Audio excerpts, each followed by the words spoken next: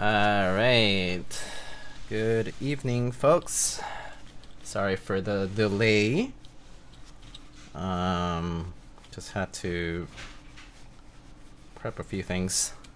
But here we are. How's it going? Happy Friday to everybody. Hope you have had a good week so far. Let's see who is in the chat right now. Let me know if the music's too loud or anything.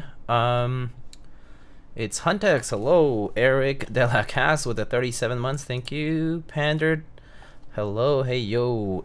Huntex with the middle of a cold snap in Western Canada. My ferry just got delayed by an hour. Oh, man. That sucks. Ankit. Hello.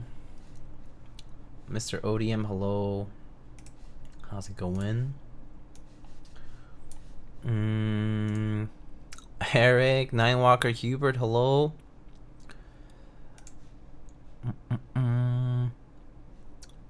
Shrek is God. True radio.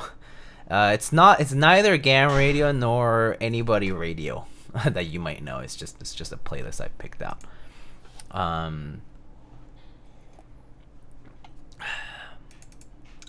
Snoopy, hello. Latam Keys, 765, hello. Ninewalker, Rienfo, Secret Myth, hello.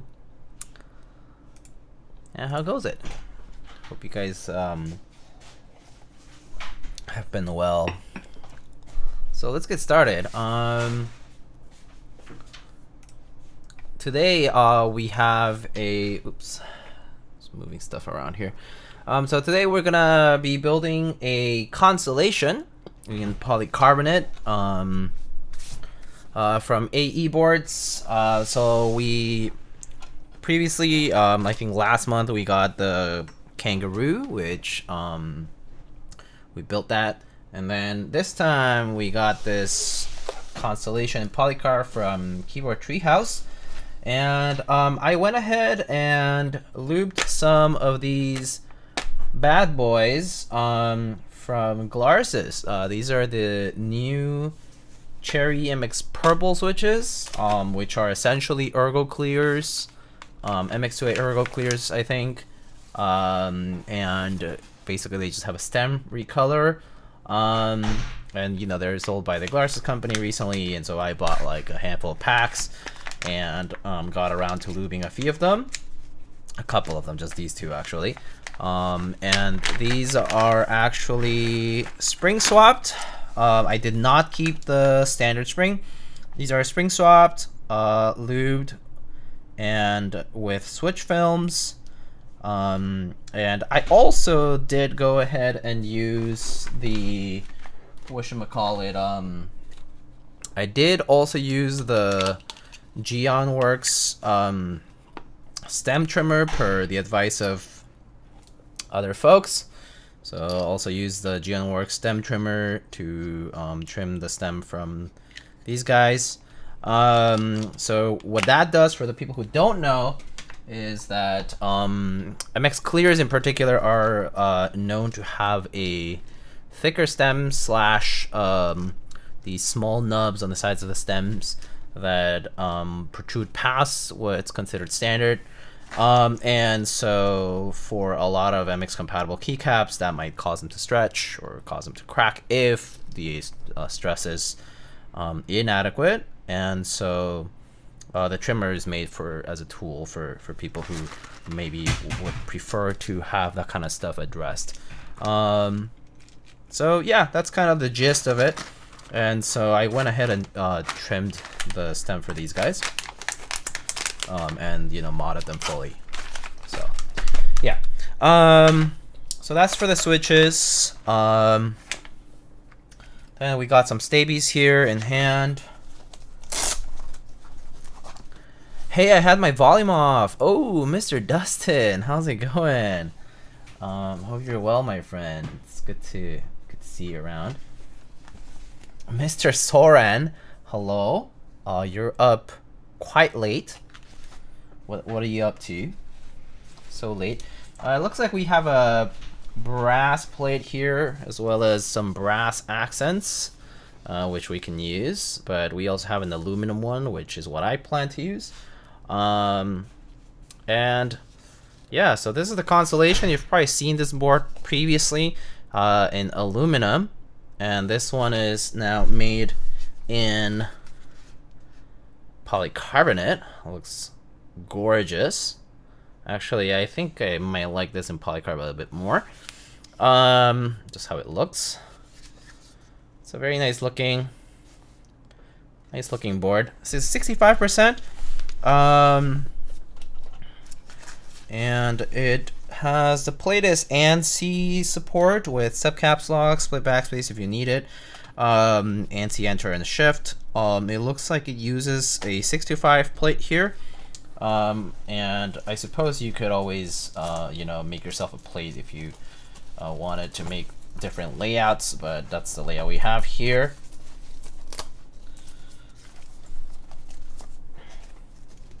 Let's go ahead and check all the rest. So we got an O-ring here. We got an extra set of accents. We got this kind of like slightly tealish blue, more like a lighter blue accent here. We got a full set of those, and then we got our gaskets. Out here, we got our PCB, we got our standard aluminum plate in the same color, which is what I think I'm gonna use, and then, you know, the full set of accents here. So I think I'm just gonna opt to try these guys out. Looks cyanish, yeah, kind of cyanish, yes. I would say it's not as dark. I mean, sort of not as light to call it cyan, but yeah, it's basically cyan. It's close. It's close. It's not. It's definitely not like. I think cyan I would consider a slightly lighter color than this, but it's pretty close. Oh, Mr. Frank, hello. 65 no blocker is OG stuff. Yeah, that's true. I remember I always, I think I've talked to Mr. Eric from Keyboard Treehouse. So Eric's, he's the designer of this board. And I've spoken to him about how like this plate has the 625 fixed here. And always gave him shit. I was like, OG stuff 65, you know, has 7U. You know, there's a lot of 7U, like basically 1.5, 1.5, 7, 1.5, 1.5. Looks so nice to have the two 1.5s on each side. But alas, he preferred to do the 625, so that was the default option that was opted for. So that's kind of why it's 625 here. But I personally prefer 7U on 65s even without the blocker. So yeah, I personally prefer. Well, so actually, let me put it this way. I don't mind having the arrow blocker, the 0.25U blocker over here. I really don't mind having it. It's not a big deal. But if I have, for example, like things I don't like about certain 65 layouts, I don't like blocker on this side, like a 1U blocker, for example. The Bauer style layout, which is the 0.25U blockers on both sides, or wait, no, 0.75, my bad. 0.75U block, or no, was it 0.5? Whatever. Bauer style blockers, right? Like the two identical blockers on two sides. That is also okay. It kind of functions the same, so it kind of doesn't take away from it. But like the Q, I think, originally had like a 1U blocker here, kind of like Win Keyless 7U style. And that one I didn't like. I don't like that style, like left side of 1U blocker. Not cool. That just looks really off. Just doesn't really belong there. Is kind of how I felt. What other options are there? There's like 660, don't mind too much, like, you know, having this kind of separate into a separate cluster. Okay, whatever, choice of the it's layout wise, it kind of sucks to having two 2.5s, like having to have two 2.25 shifts. It's kind of but other than that, like, okay, you know, that's your choice, right? That's the layout you chose. But for example, another thing I wouldn't like on a 65 is I don't like exploded arrows that much. Exploded arrows actually for me end up being more confusing in function. So I don't end up liking exploded arrows, just in general. Like exploded arrows for 75 or 65 are kind of for me. 1800 is a bit different. Maybe it's because the numpad's there, so I kind of expect the arrows to be a little offset, and also in between the main cluster and a numpad. But for 65 or 75, for some reason, exploded arrows kind of confuse me. Like it's maybe the placement of it. Like it's separated, and like you typically just reach for the corner, but it's not really there. And so yeah, I don't love exploded arrows for whatever reason. Just in use. It's a usability thing, but that's like one of those things. Anyway, so we have the Constellation PCB over here. 660 is so cursed? I don't really think so. I think it's whatever. It's kind of nice. I mean, it's I always tell people 660 is a nice layout for like resin. Nice layout to accent those two keys at the corner. Or like Magic 4 style layout too, with the 4 cluster keys on the top right. That's also kind of an interesting choice, right? But yeah, I mean those two options do exist out there. That plate color is pretty. Yeah, I really like this plate color. I actually kind of want a case that's like this color at some point. I think that would be kind of neat. Or maybe like a two-tone, something like this, like Miami style, maybe like a lighter pink and something like this one, top bottom or something like that. Would be kind of cool too.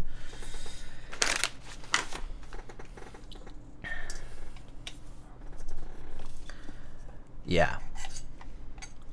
I really love the non-blocker look, like Freya from Helheim. Yeah, non-blocker look is nice. Oh, Mr. Piggy on hello, how's it going? I generally don't really like blockers, especially in the bottom row. That's fair, says Soren. I don't mind it on wing keyless, like TKLs, for example. 60s, HKB, I'm okay with it. Wing keyless, I'm okay with it too, but it actually had to grow on me. Wing keyless 60, I actually was not a wing keyless 60 enjoyer in the past. I was a little skeptical of how it looked initially, and then, you know, after enough boards came out and I tried it out and all that, it was okay. The egregious thing about 660 is the 2 random keys, but that's kind of the charm, I think, of the 660. So, and then yeah, there's like the Magic Forest 2x2. Yeah, it's well, so for like the Magic Forest, right? Functionally, the Magic Forest 68 layout actually works fine because you can isolate navigation keys, specifically home and page up, page down, because maybe insert delete, you know, you put in a function layer or something. But let's say like you're using navigation a lot, it isolates those, which can be kind of useful. And for 660, I think most people would probably map like page up, page down, I think, but I think that depends on the person. But you know, it probably is just subjective though, I mean, at the end of the day. So yeah, I mean, let's get started. I guess we can start off by doing stabs. So for this, it's 625, and pretty much fixed everything. I'm probably gonna go full backspace for this, just out of preference. So gotta do 625 to, so it's shift, enter, backspace, and then enough to cover that.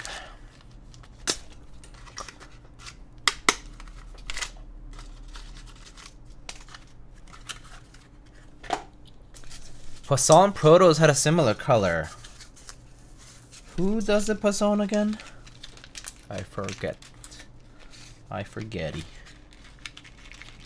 Unironically, my favorite layout, aesthetically speaking, is full size. Oh, that's fair. I mean, everyone has a preference with respect to that. For me, is TKL like this one, wing keyless F12 TKL. But yeah, everyone has a preference with respect to that. I mean, HKB also pretty nice. If you want a more compact form layout. Full backspace, yes. And do you say this is a commission build? This is a build that I'm doing on behalf of Keyboard Treehouse AEBoards. But I do believe I keep the board around afterwards. Yeah. So, and I'm not being compensated in any way. I'm pretty much just doing it out of my own volition, and also because I did want to try some different switches on this. So effectively, it's kind of like a personal build. Because I won't be really sending the board out anywhere. So yeah, and I get to try out the MX purples, which is something I bought myself too. So yeah. Is it GB? It's in stock actually. It's currently in stock at Keyboard Treehouse. It's in the link in the build command actually. It's actually on sale, I believe, and there is a promo code that also allows you to get a free set of accents or a plate if you add both to cart. At least that's what AEBoards told me. They're like, oh yeah, we'll give you a code that you can use if anybody wants to buy one, then it's in stock, so, and they can get a free set of accents or a plate. Do you trim the purple stems? I did. Maybe I should add that to command. How about that? Edit, command, build. With 63.5 gram springs and TX films.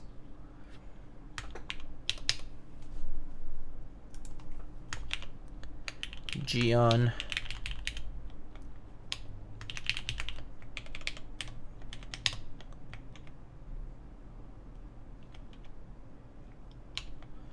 Or rather, stem trimmer applied. How about that? Like that. Yeah, that should work.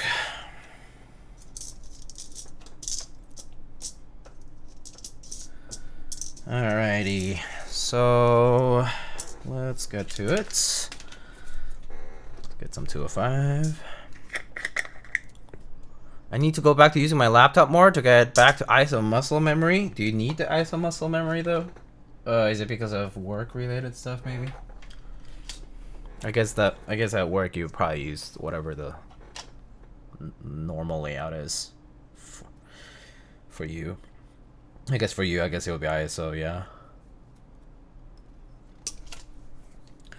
For Staebies, I think I'm not gonna lube the housing. It seems a little too much.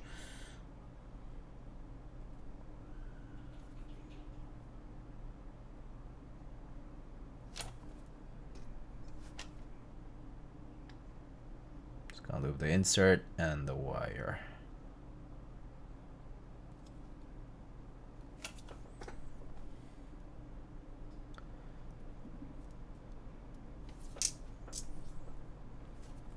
Nah, it's all anti? Oh, I see. Okay. So no real reason for the...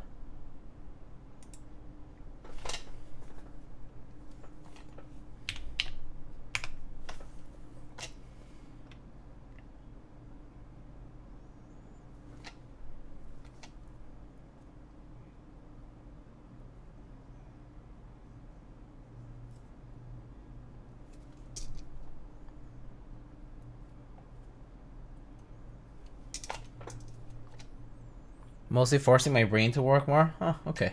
Fair.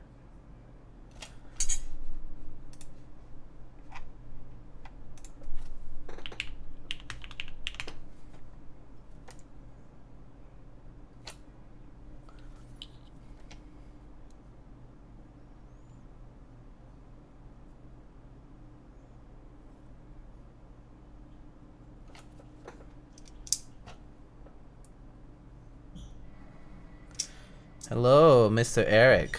How goes it? What you up to these days? Anything new?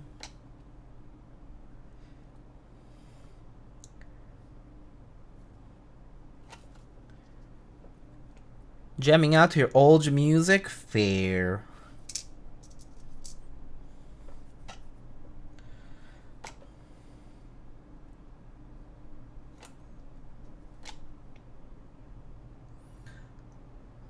Respect your elder. You feel?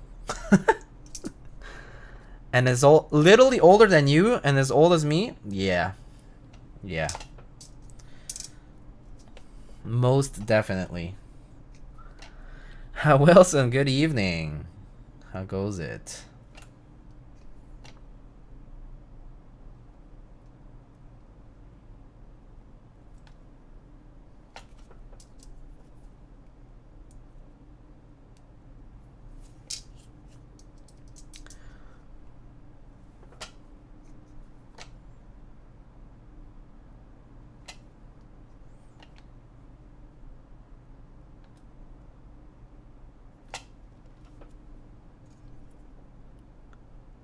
I would have not thought that was a NeoKeys board. Yeah, I know, right? It looks really nice too. I've been enjoying it. I actually haven't gotten around to do any typing tests or anything like that for like after the stream, which I did recently. But yeah, no, I've been enjoying it. It's for the price, it's just insanely convenient and nice. The quality of the anodizing is really good. Pretty much haven't really had any qualms. I mean, you can use GMK via on it. You can build it like in 3 million ways. I mean, obviously I'm exaggerating, but you can build it with gasket sock, gasket, like dumbbells or whatever, these like small point gaskets. And then you got O-ring mount. If you're using a plate, you can do plateless, which is what I'm doing right now.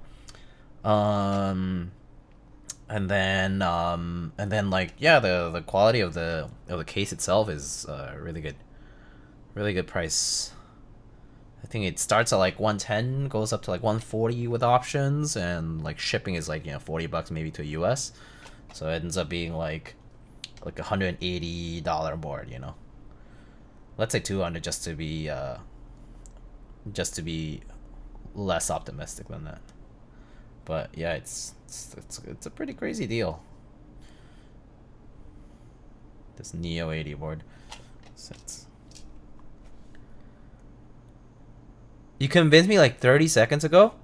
Okay. I mean, I didn't need to influence you or anything. I was just kind of stating whatever I know and I feel about it. It's a crazy deal for what it offers. It's definitely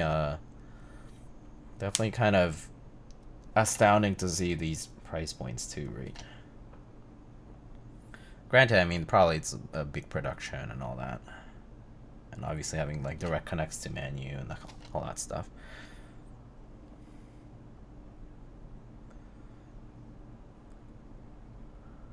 Hey, Shonas, how's it going? I'm doing all right. You know, just the same old, same old. Yeah, not much. I mean, I guess recently the stuff that I been up to aside, like outside of work, is board games with friends, with my partner, bunch of Mario Party with my partner, Kiwi, hanging out with them. Gave him a new toy recently. We gave him one of those little fish toys with like the wiggly tail. Like it has like a little controller inside with like a motor on it that like wiggles the tail basically. And he's like crazy for it. He's basically been playing with it nonstop, like on and off, but like basically nonstop for like the past day or so since we gave it to him. It's been pretty cute, but definitely tiring himself out with a new toy. So that's been pretty cute. So yeah, mostly that. It's still like cold season. So lately I've been as I was saying last stream I was saying that I went up to Canada over the holidays and I bought a pair of skates, like ice skating skates, and recently I've been going skating every so often. Like as a form of exercise, also just for fun, because it's not like something I do often, and obviously like there has to be a rink to go to, and so opportunity popped up, and so I've been going, you know, more these days. Not that I'm good at it at all, just for fun. not, I can't really do anything. I can't even, I can just barely pizza break, you know. So yeah, can't really do much. So, but it's still fun. That's nice. Still processing the Korean meetup that happened last week. That was crazy. I saw a video. What should I call it? What's his name? Posted one. Was it Naogol? It's one of the Korean YouTubers or something. They posted like a little recap video, sort of the Seoul meetup. Naogol, yeah, thank you. And that looked crazy. Like it was basically a professional conference, straight up. You know. Apparently, like, it basically seemed to be, like, a few thousand people, like 3,000-4,000 people maybe even. I have no idea. But humongous meetup. Not meetup even. That's an expo. Like, it's just a convention. It's straight up just a con, like a keyword, like an actual convention. Huge, right? It invites a bunch of vendors. A lot of big shot people who went there. I know Nathan went there. Chad, Rubber Hose, CYSM. TGR, Singa, and then obviously like a bunch of the big Korean folk were there too. Lin, Syrian, GEON, you know, Swag Keys, of course. But yeah, pretty crazy stuff. Pretty crazy stuff. Owner of the KeyFam Discord channel. I see. I was glad to meet up with a lot of people that I look up to, especially T-Pipes and his OnlyFans account. Nice. Yeah, no, it was like when I saw all the recap stuff and the pictures, I was like astounded. I was like, damn, I'm so jealous. I would have loved to. I haven't been to Korea in 12 years now, so I'm super jealous. I've been wanting to go to Korea super badly. Just haven't had the chance to like take the time to do so, and but yeah, it's crazy stuff. Let me know when you go. I'm coming. I mean, if I go, then the only problem is I also have to spend like a bunch of the time I go like seeing family, because they probably will be like, hey, you came here and you're not like seeing us. I'm like, yeah, I mean, at least gotta see them once, right? And I think some of them are like in different cities, so it's like every time I go, at least I need to spend like at least 3-4 days just like seeing relatives, minimum. And that's just to see them. Like if they want to be like, oh hey, like let's hang out, do something, whatever, then it's more. The chances are I'll probably go before you do. You will 99.999% chance you will go before I do. I probably don't even have plans to go within the year right now. Like there's no solid plans I will go. So yeah, you'll probably end up going.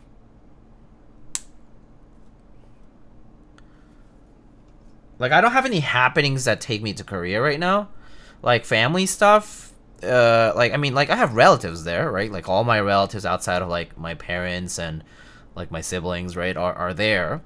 And I have a bunch of friends from school, from college, from high school, whatever, right? Or people that I've met, right, over the years that have moved to Korea that are there. But yeah, it's I haven't really planned a trip there in such a long time. I don't plan to travel anywhere within next year. Yeah, I mean, it kind of sucks, but I mean, it is nice to travel, but it's also kind of costly, and there's also just like just gotta plan it out. I feel like if I want to go to Asia, I definitely want to do like a 1 week at least minimum trip. Obviously, longer is better, but no guarantees of that. So.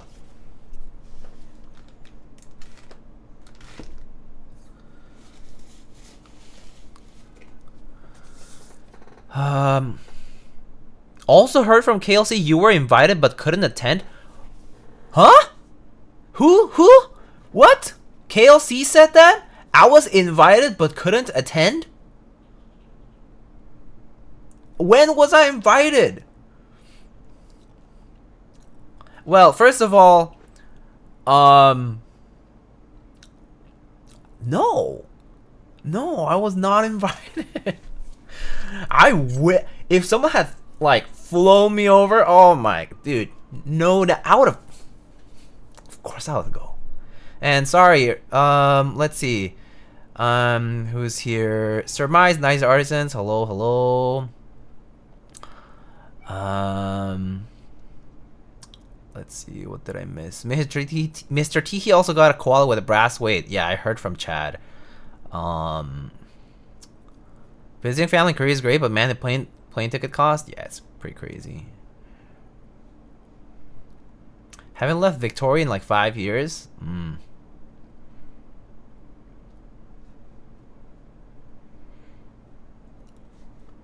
Also, why did my stream elements disconnect? Hold on, give me a sec. One of my widgets like disconnected for whatever reason. Oh, that's so annoying. Oh, sometimes I hate two-factor. I mean, I love it, but I hate it. Sometimes it's so annoying to do two-factor. Twitch. Oh, fuck. Where is it?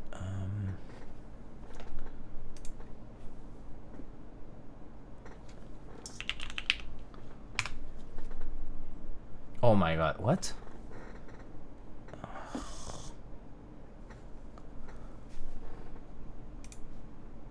Oh, I see, okay.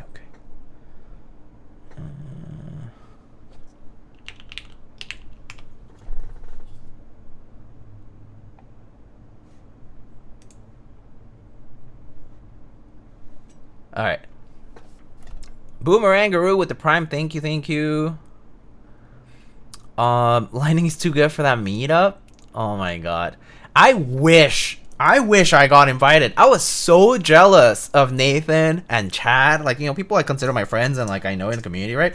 I was so jealous of them going, attending and seeing these like people I admire / like really wanted to meet, like Lynn and Syrian and GEON and all the folks at KLC. I mean, I have met Kevin actually. I did meet Kevin from KLC when he came out to Nashville.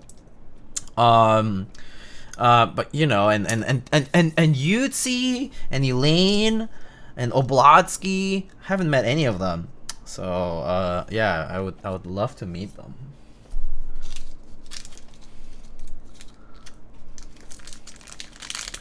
I sent an interesting find in your Discord DMs. Take a look. Oh, cool. Okay, nice.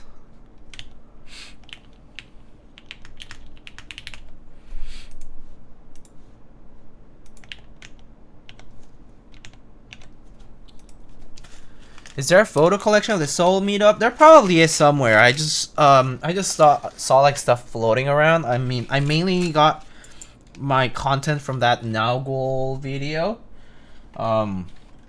which was good.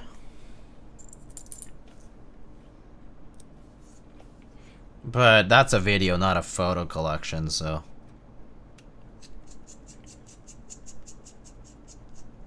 In alternative universe, Diego want a koala.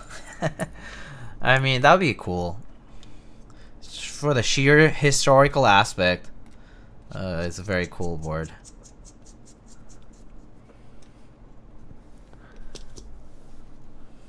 I wish, Jonas. My God, I wish I got invited. Damn.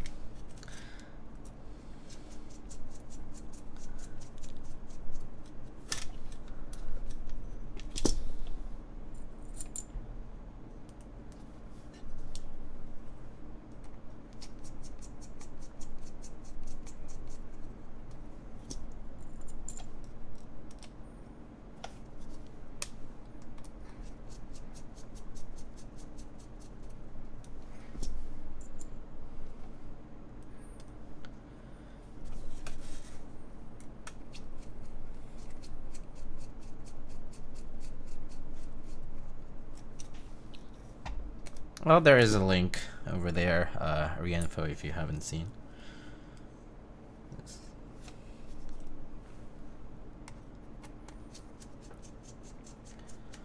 Good afternoon, Eric. Hello, Mr. Eric's. How's it going?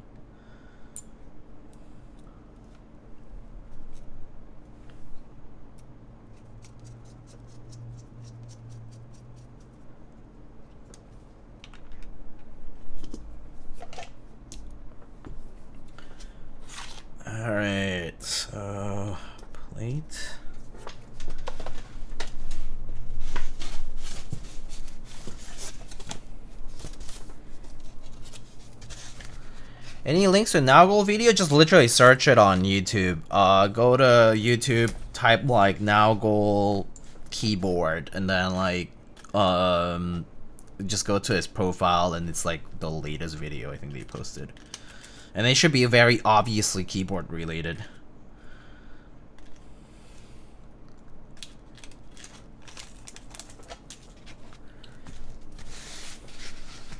At least if you wanted to just find it right away, it's probably the easiest way.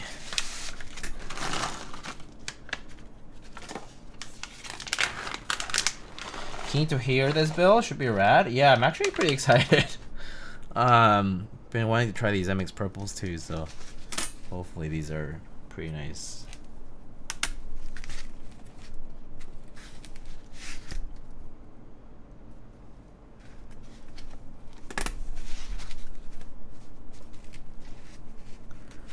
Oh, evening, Mr. God in joint form. Been a minute. How are you? How goes it? How's the start to the year? How was the holidays?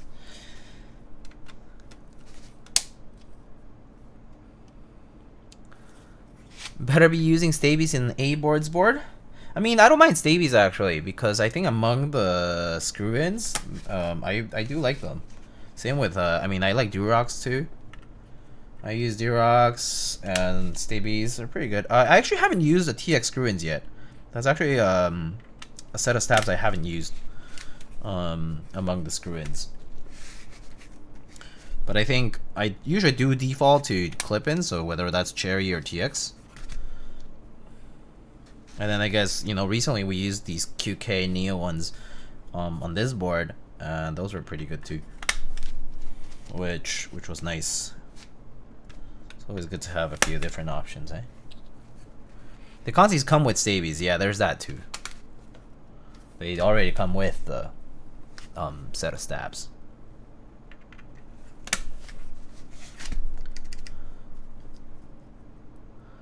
Mr. Delicados, Miyago keyboard, hello. Is this tactile switches or linear? These are tactile switches.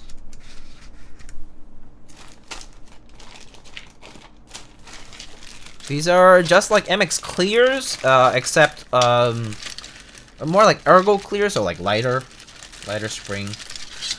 These have a, but yeah, they're like medium tactile, so to speak. They're not very, the tactility bump sort of happens like in the middle of the keystroke, and it's also like a medium and kind of like pushback and whatnot. Very good. Hope you're having a good start to the year. Yeah, it's been good. You know, making progress. Slow, but it's coming along. But I've been doing well. I've actually been doing pretty well, I think.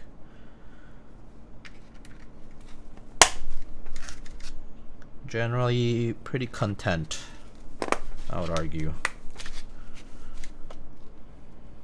Like U4T? No, so U4Ts have the bump right at the top. U4Ts are much more tactile.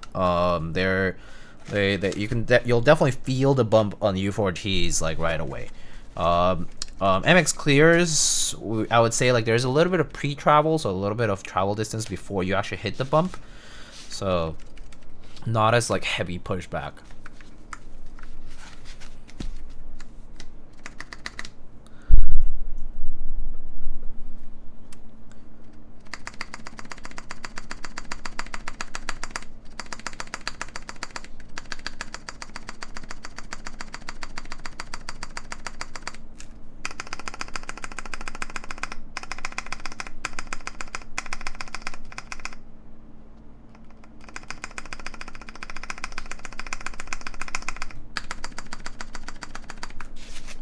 Nice. Sounds good.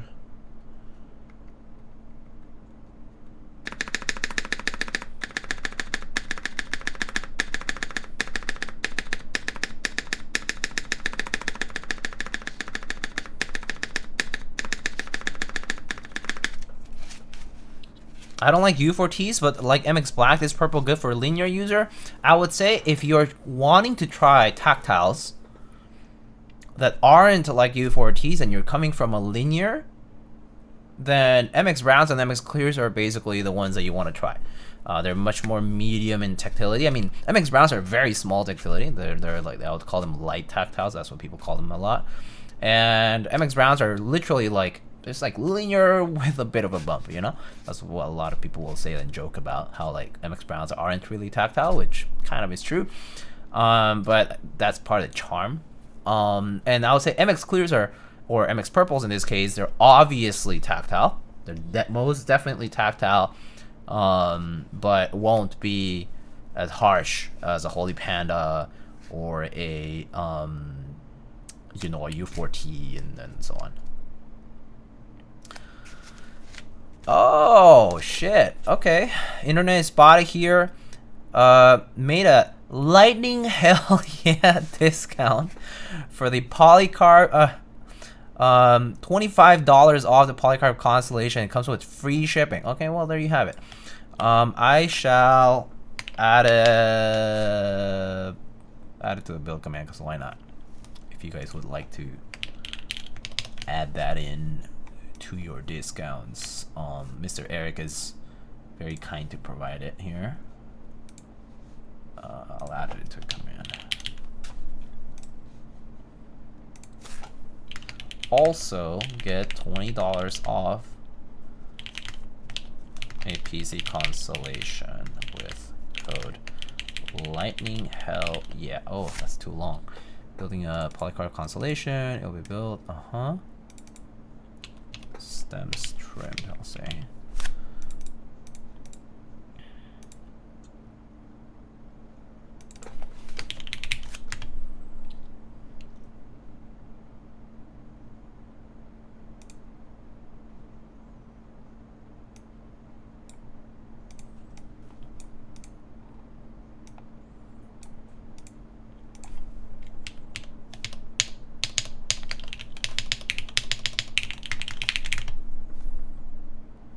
There you go.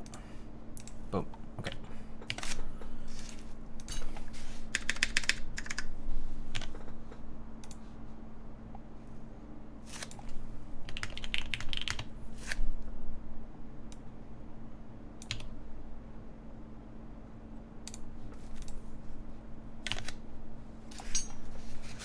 There it is. Exclamation built should work. Why is it responding with that? Did I like accidentally?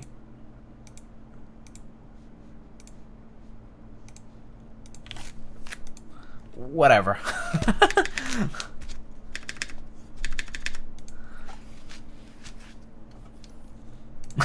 I don't know.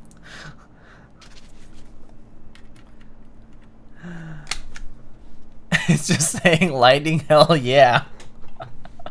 For whatever reason. Also chuck in some free play on access for the first couple of orders. Oh, awesome. Thank you, thank you. New vendors for Staebies happening all around the world, so should be able to get more local. That's true. Staebies are much more readily available everywhere. Lightning hell yeah, thanks for the prime sub. Mr. God enjoying form, thank you.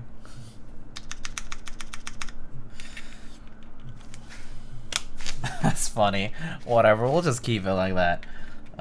Bot like the code, or I guess. I have no idea. I literally, all I did was edit the command. Maybe I triggered something. But I'll leave it at that. It'll probably go away when I edit it again, so just leave it. Maybe string is too long for the, oh yeah, maybe. Oh yeah, that's what it is. It's because it did go past the limit. Free, I'll just say free accents or plate.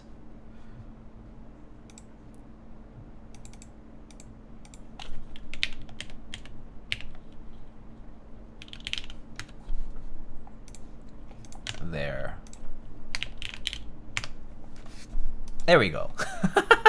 It's fun. It's funny when it just says lightning hell yeah separately though.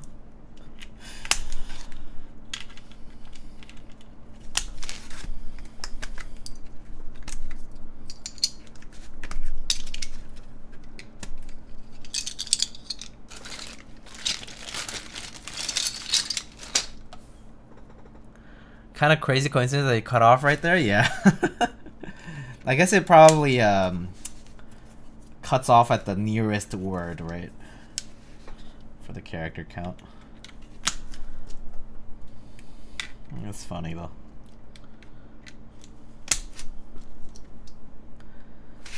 Well, now I know.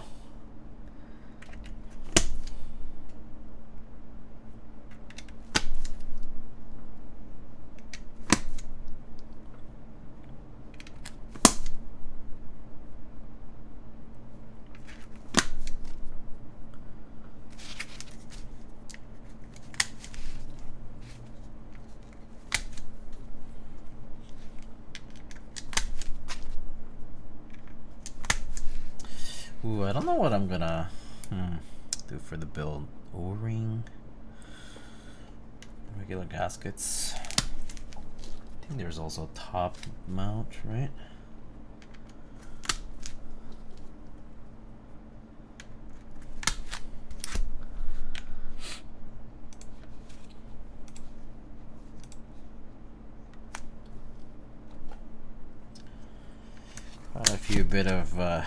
Quite a few mounting styles for a lot of boards. It's always not sure which one to do.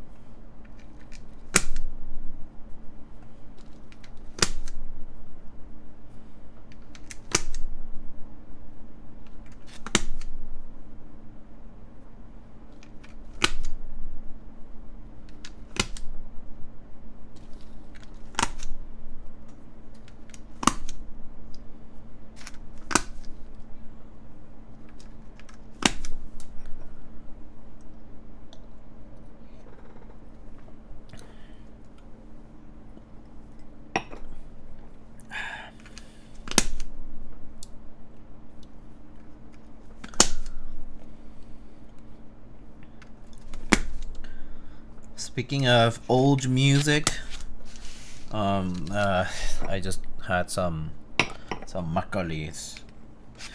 Had it with a little bit of with sparkling water. It's pretty good.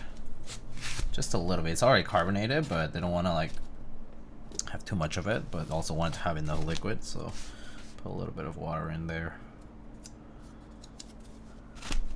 So yummy.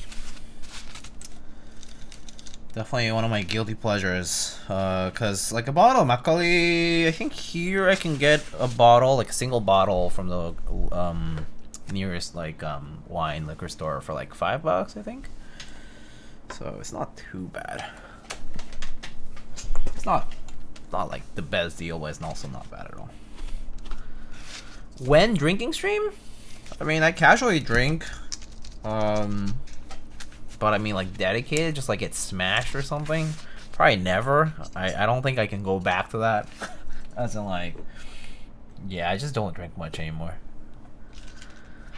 My tolerance is a lot weaker now, I would say, compared to like years back.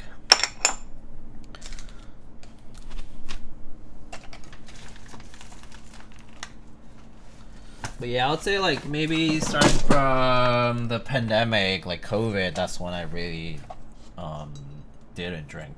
I know a lot of people would pick up drinking, right? But I did the opposite. Didn't really enjoy drinking that much then, and so it kind of just kind of tapered off on its own, I would say. Kind of nice, less expensive. Alright, let's get our soldering iron here ready.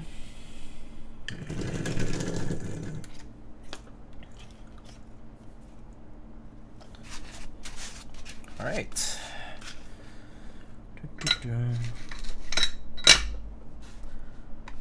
That's good though? Yeah, I mean I've pretty much cut out a lot of stuff, like don't smoke, don't drink that much. Like I drink socially, like, and like for, you know, trips, traveling, friends, all that stuff, you know, occasions, weddings, whatever it is.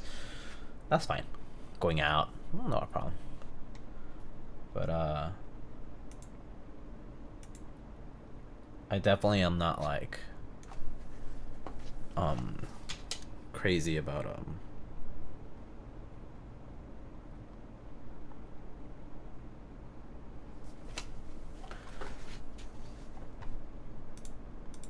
more money for artisans and boards and healthier lifestyle. Yeah, mostly the latter one, like just healthier lifestyle and also just no dependency, so it's just kind of easy to not do it when you're already used to not consuming. I think that's a big thing for me. Okay, so let's see here.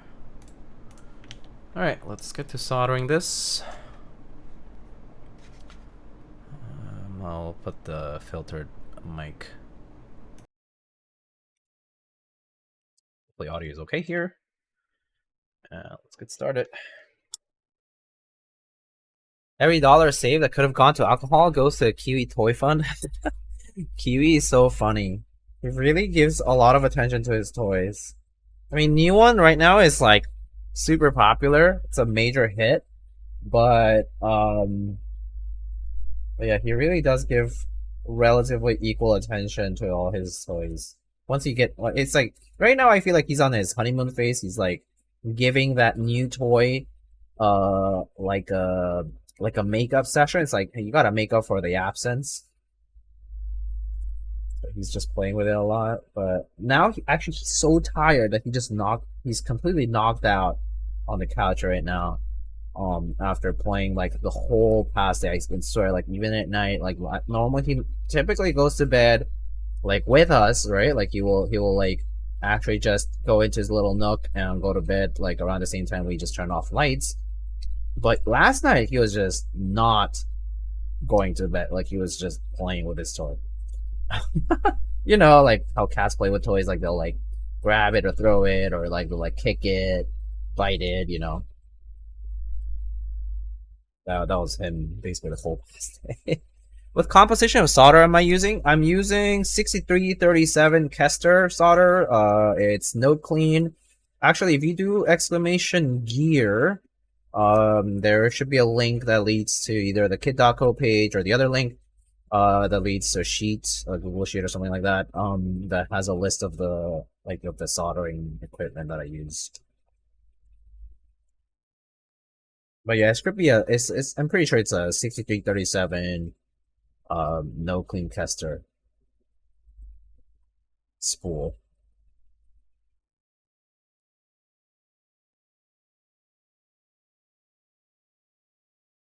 Yeah, 6337 is pretty much what I would suggest using.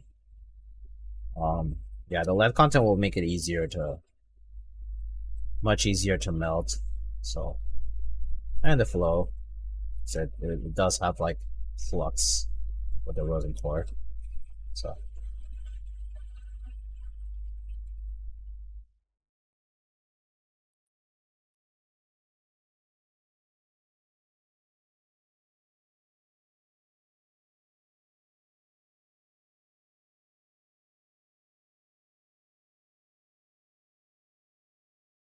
He actually plays with the toys you buy? Yeah, he does. He generally seems to enjoy his toys quite a bit. Which is, he's such a good cat. Like in general, I think Kiwi's like a great cat. He's relatively polite. He's very gentle. Like he doesn't like you know, if he has to like bite you, let's say, like he'll kind of give you the warning bite first. He won't just like chomp right down. He'll kind of like give you a warning bite, and then obviously if you disrespect him, like if you're like, you know, handling him roughly, or like if you're like touching him on his belly area or whatever, like, you know, like things that obviously they don't like, and you know, you keep doing it, and after the warning bite, then yeah, he'll bite you. But but otherwise, like he, for example, like when he takes like a treat from my hand, he will basically try to really aim for the treat, so he will try not to bite on your finger or like your hand or whatever. So he's very gentle about that kind of stuff. I mean, obviously it's after years of, I suppose, training slash educating, like, that my partner went through when he was, like, still a kitten. So yeah, but he's a pretty polite cat. And yeah, he does like playing with his toys, and pretty equivalently, in general, a very good cat. He'll, like, come say hi when we're back from work, right? Like, when we're back from work, you'll like it would be weird for me to not see him come out to, like, all the way to the door to, like, say hi or something. Like, he'll, like, just come and rub on you, right, to say hi. If he doesn't, then it probably means he's usually, like, passed the fuck out, like, you know, I don't know, maybe, like, under the bed, or like in the closet or something, you know.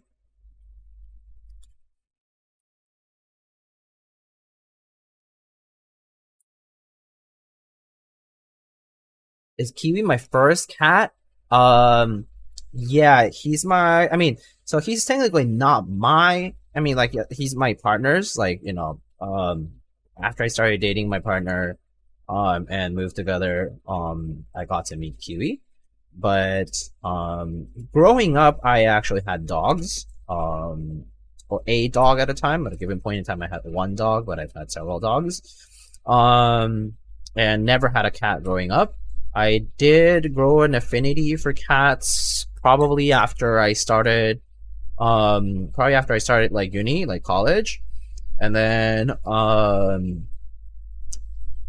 you know, got really fond of them over time. Like, my brother had a cat, like, has had a cat for a long time, and so, like, when I would visit, I'll, like, take care of it, and you know, like, I had friends with cats and so on, so I kind of got, like, an affinity for them. And yeah, but Kiwis would be, like, my first, like, you know, live at home pet.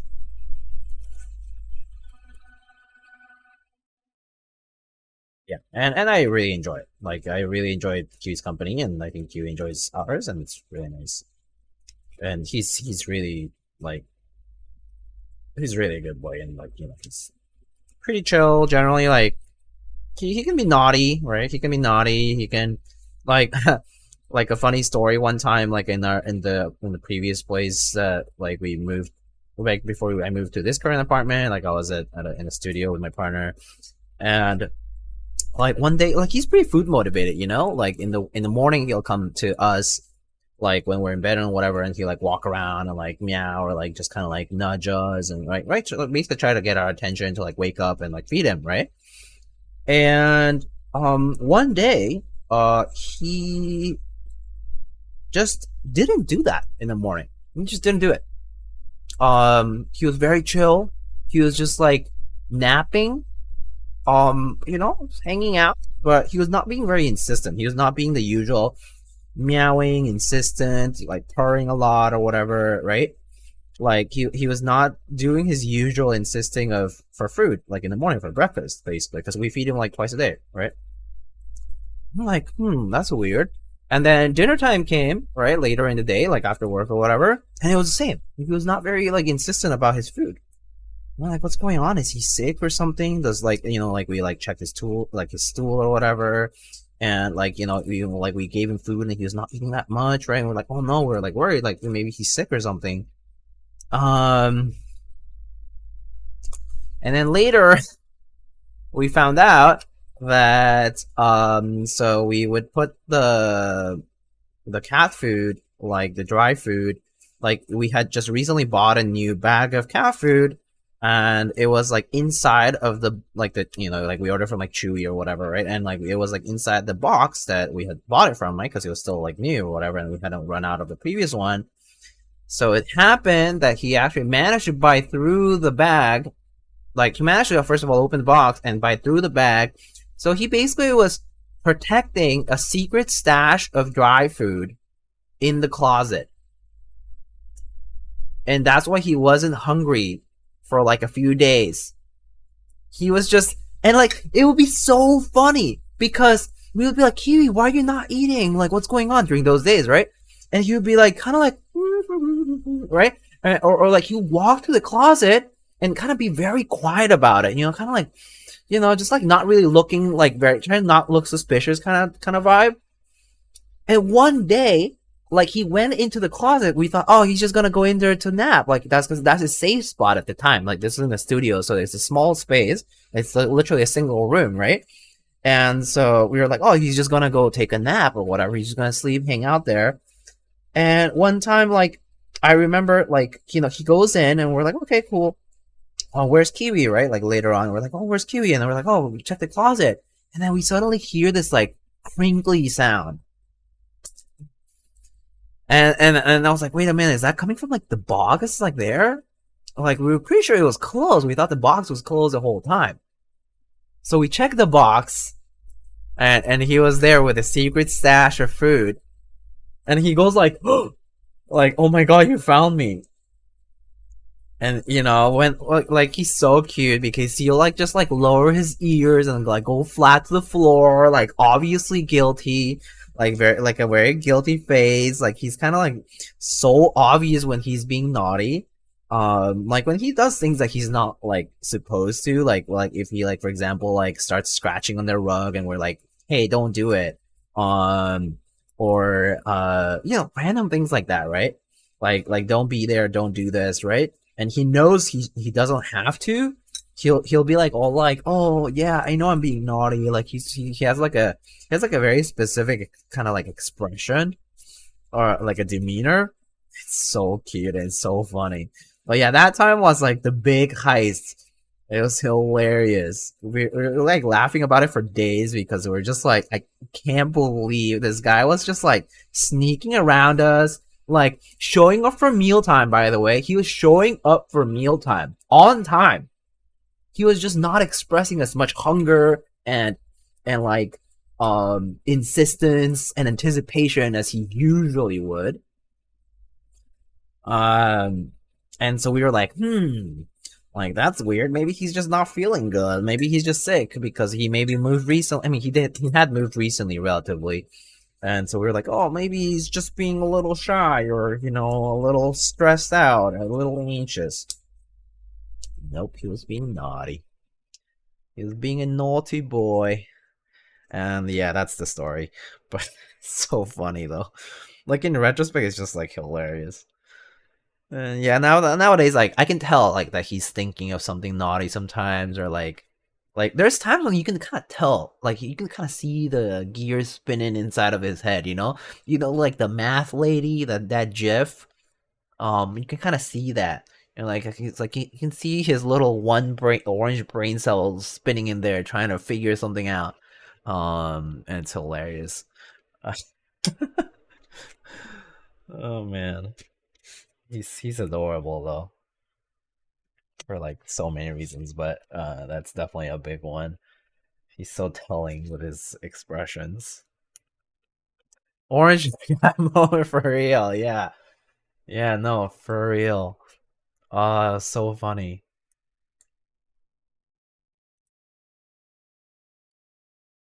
Anyway, that was definitely peak.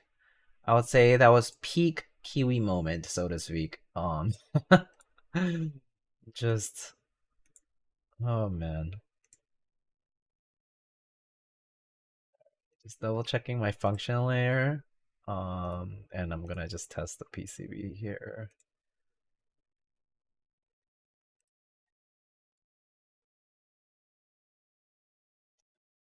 Let's go to the key tester. Oh, I think B is not showing up, so I'm just gonna put it on the screen. Here it is. Oh, hug time. Oh, he's sleeping. Wait, oh, where is he?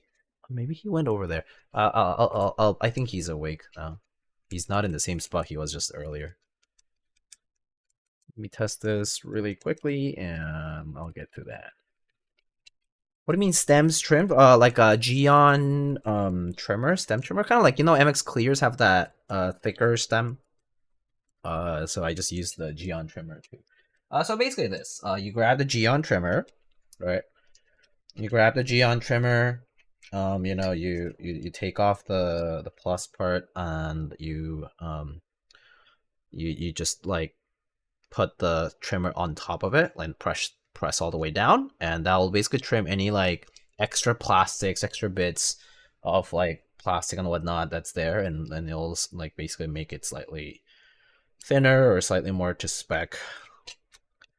And because like MX Clear, for example, have a little bump on the side, or like Herosis, which is a very good one, right? Like a very good example of that too. Oh, playlist?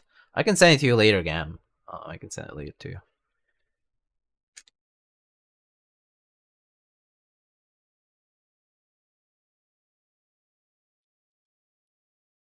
All right, cool.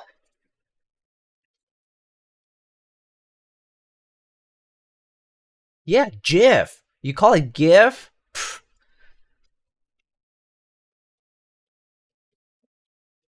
I get it. Oh, it's not giraffics, so it can't be GIF. I get it. I get it. I know. This age old argument. I get it. I call it GIF, and that's that. You know.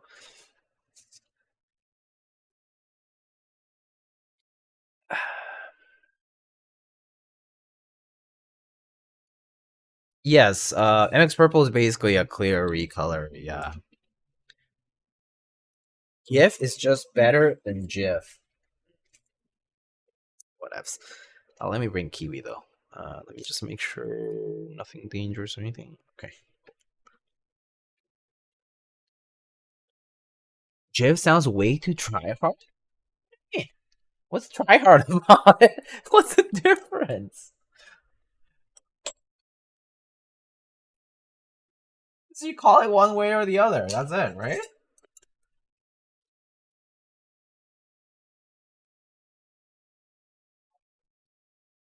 GIF is my peanut butter. All right. Source Mr. Kiwi. Let me find him.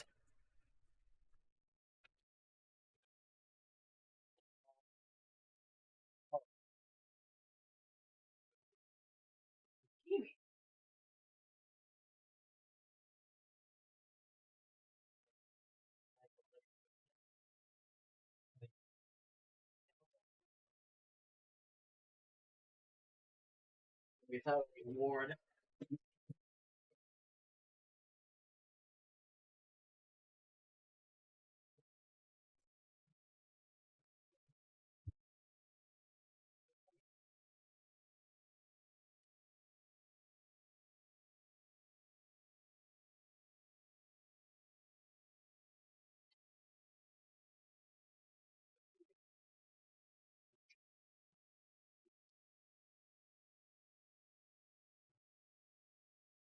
Oh yeah.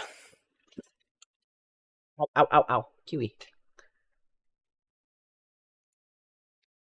Hello, this is Kiwi.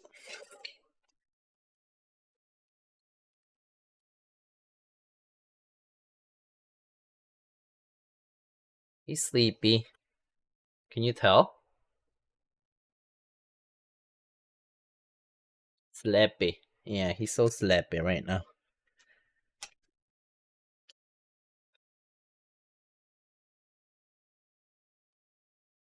How is he again? How old is he? He's like 5. I assume that's what you were asking. Like 5 years old. Okay, Mr. Kiwi, sit down. Let's try this. Hold on, I need to move this a little.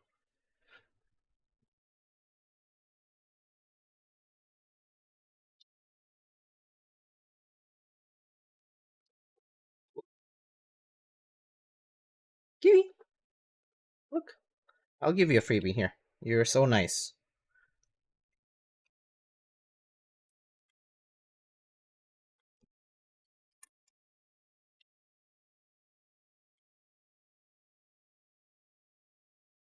Hey, Kiwi.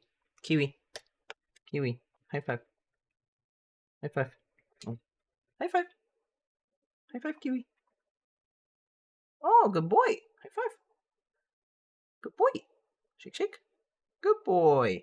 Shake. Good boy. Okay, Kiwi. Get it? Oh. He's a good boy.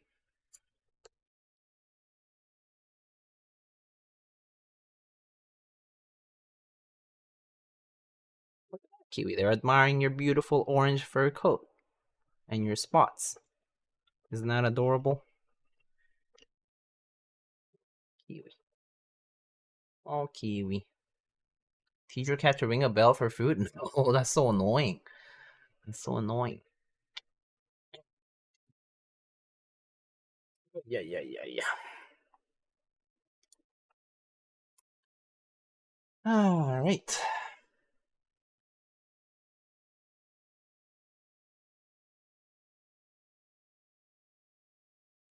Okay, well, that's that.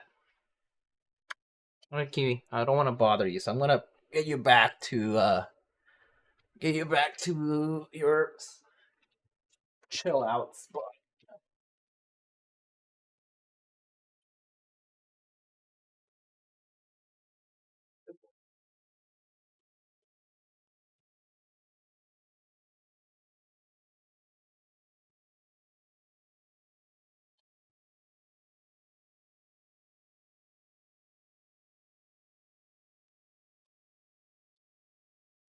Okay.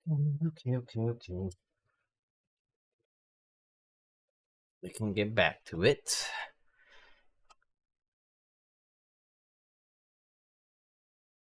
You can blame Rama for that. It's all buzzwords. I mean, marketing's marketing, you know? I think that's just it just do be like that. You just gotta market it, is what it is. To be honest, I think it's whatever. It's up to the consumer, I think, to know how to distinguish. Okay, so let's put this together. Sorry. So where were we? We were gonna put it together. So let's open it up.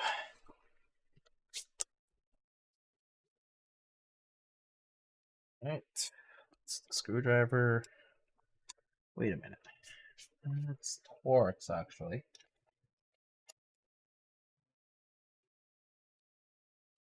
It's like a T10.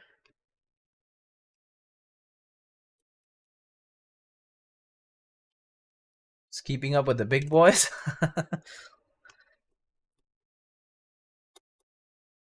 Hey, look at this, man.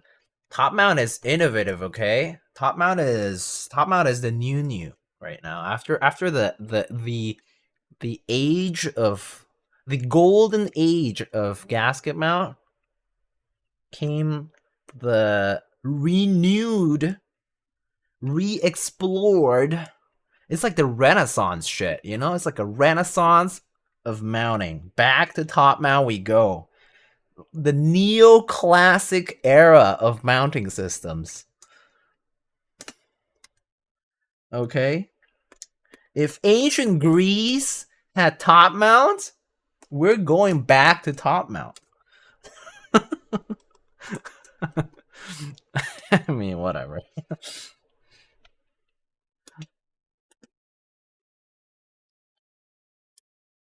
I guess considering that we think of Korea to be the birth location for a lot of the custom keyboard developing. Maybe you can just call it old. I guess it's really like 2000s Korea, but yeah. And I guess if you think of top mount boards, probably existed like whenever keyboards were first made, or like mechanical stuff. Just, I mean, top mount is easy. You just bolt apart to another. Okay, just a little tight.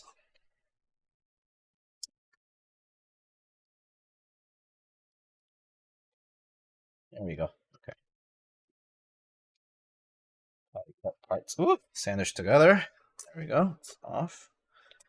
There's our plate. Our gigantic weight here in the middle. Let's take off those accents. Add it.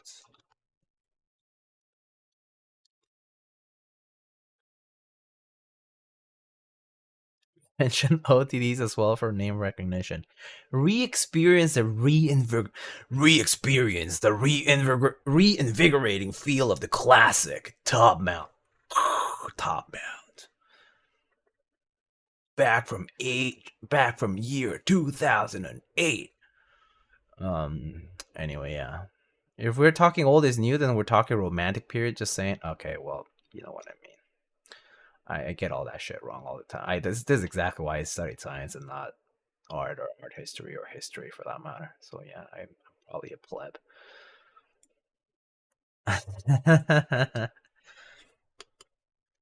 Anyway, let's see. I want to use the blue accents because I'm using the blue plate. Nice, I think. Switch it up. Switcheroo.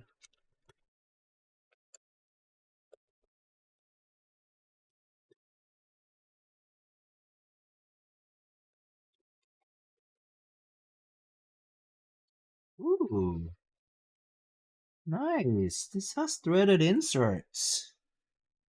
That's pretty nice.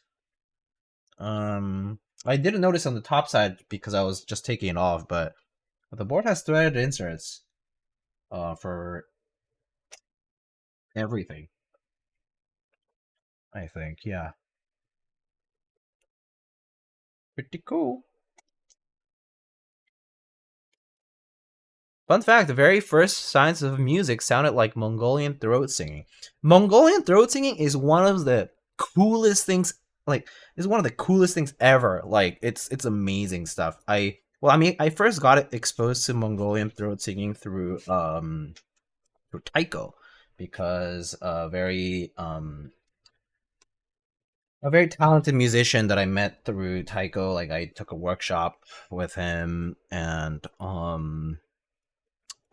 he went to Indonesia, and they also have like a form of throat singing, and he like learned it, and he did like this big seminar for like, you know, like attended some kind of like seminar, some kind of like study to learn more about it, and basically learn Mongolian throat singing methods and whatnot, and would use it alongside some of his professional taiko playing, and it was amazing. It was super cool stuff.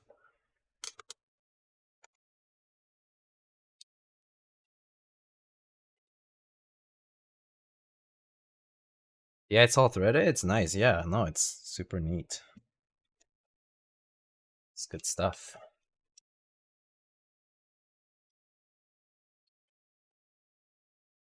Keyword hobby printing machine is broken now. It's a tough time to be a vendor, that's for sure. It's it's interesting. I mean, it's kind of it's definitely back to a time when people are much less likely to want to spend. I think it's more so about the desire to spend, I would say, at the moment. And I would say like right now it's kind of picking back up a little.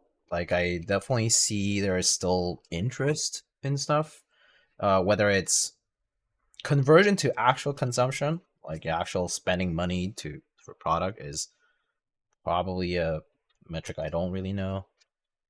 Ooh, right now? Okay. Oh shit. Oh, best girlfriend ever. Look at this. My amazing partner just gave me a little ice cream from Trader Joe's. Do you guys know this? This is like the hold the cone from Trader Joe's. This is the vanilla flavored one with the little chocolate piece of chocolate at the very bottom. This shit's amazing. This shit's like crack. I love it. I mean, it's small, so it's nice. It's like a small little dessert after a meal, but like, it tastes so good. Mm. All in one. I mean, like I can probably do like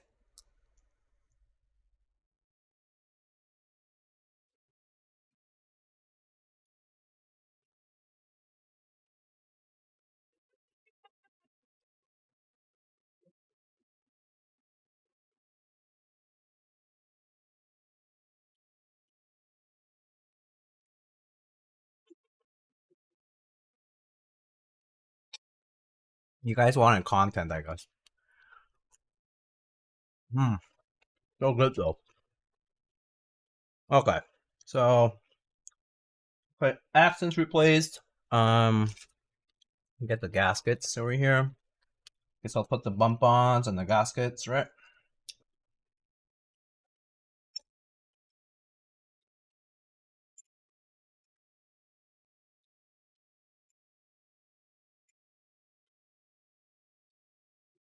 Mm-hmm.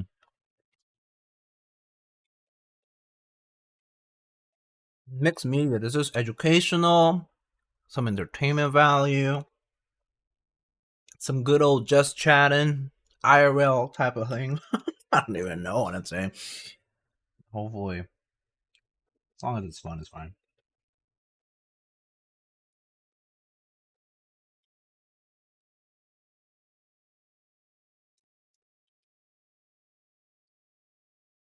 Ooh, gonna go ahead and clip that for the future. Future what? What's gonna happen in the future that you need it for the future? Please don't blackmail me. um, did we mention ASMR mukbangs occur?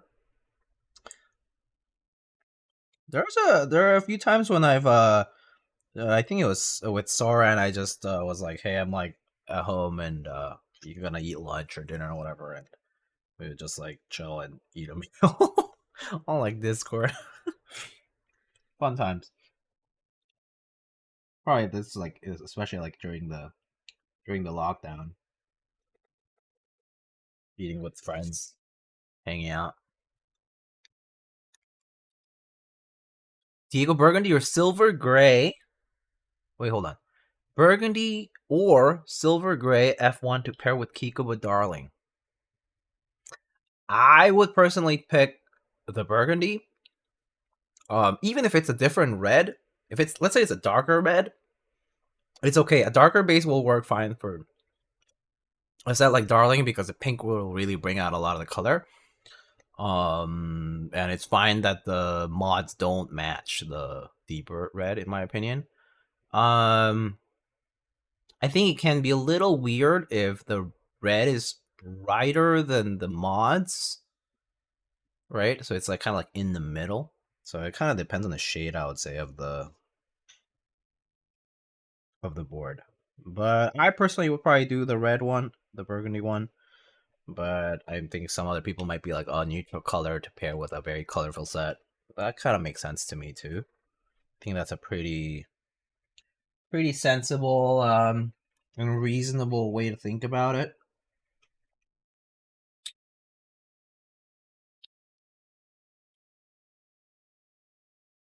Been a while for me, but what happened to the bed and the tiger?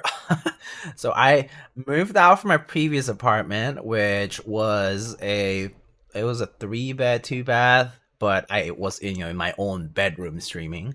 So that's why the bed is gone. I moved in with my partner and we live like in a like 1-bedroom situation, and so like there's a bedroom and there's a living area, and I'm delegated into the living area, so there's no bed behind me. I'm delegated into the corner of the living area, so that's why you see a corner. And the tiger, JD is actually. Oh wait, I guess I can't bring him. Actually, wait, why is my JD cam? Oh, there he is. There's JD up there.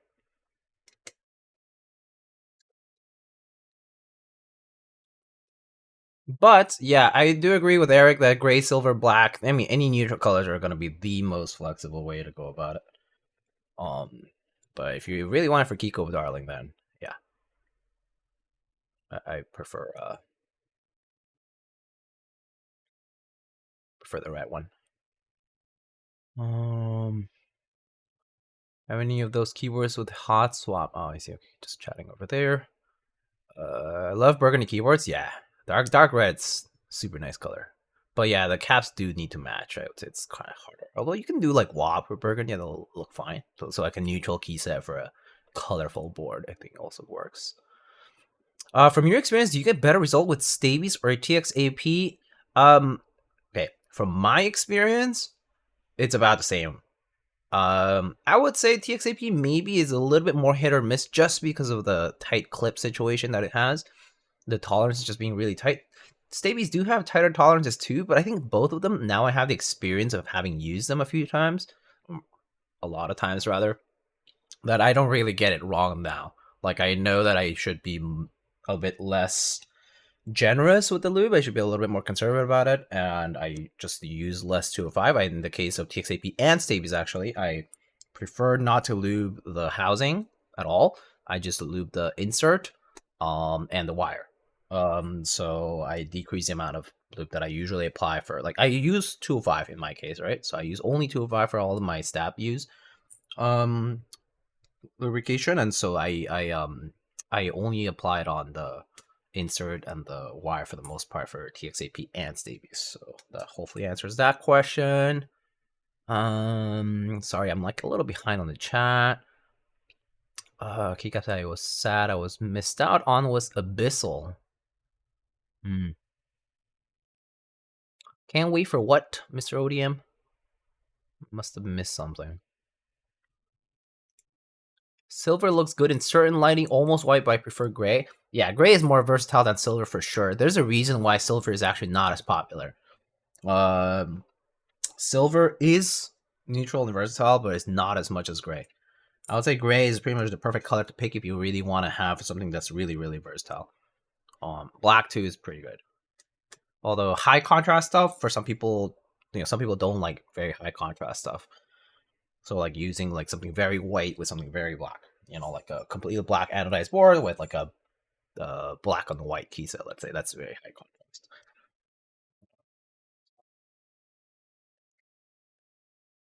So, question, Mr. Eric, I've built Consties before, but I always forget. If it doesn't matter if I have the gaskets and I still want to do top mount, right? Like, they can stay there, right? Because they just get compressed whenever I bolt the plate on, right?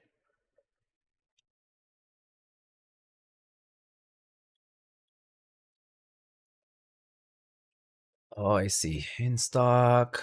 You should drop a stab lubing video for 2.5 users. Maybe, although people can just stop by stream and ask me. But yeah, I could do a video too. Although I don't know how to edit, so that's a problem. It will be like, because videos are also about what you shoot, how you decide to shoot the actual video. Doing it like a stream clip is kind of meh. Like, you need those close-ups and the details and the editing. And I personally can't. I don't have the skill, to be quite frank. Unlike, Nathan and Alex and a bunch of people just have skills to do that. They've learned it.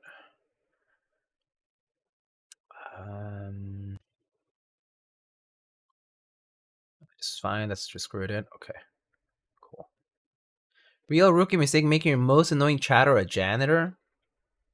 I don't know if you're the most annoying, but you're certainly sometimes very pedantic about stuff. I don't know about annoying.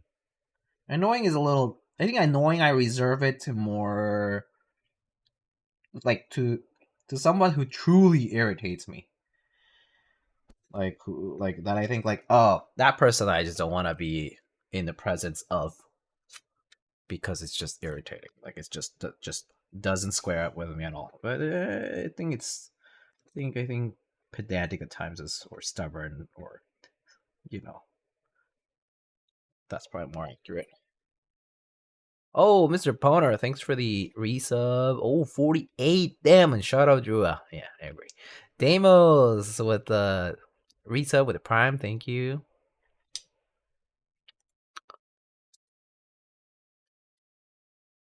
Diego, I'm so close to switching to dielectric because of skill issue when using 2.5. To be honest, that's kind of fair. I mean, 2.5 is a bit can be a bit annoying because it does move a lot.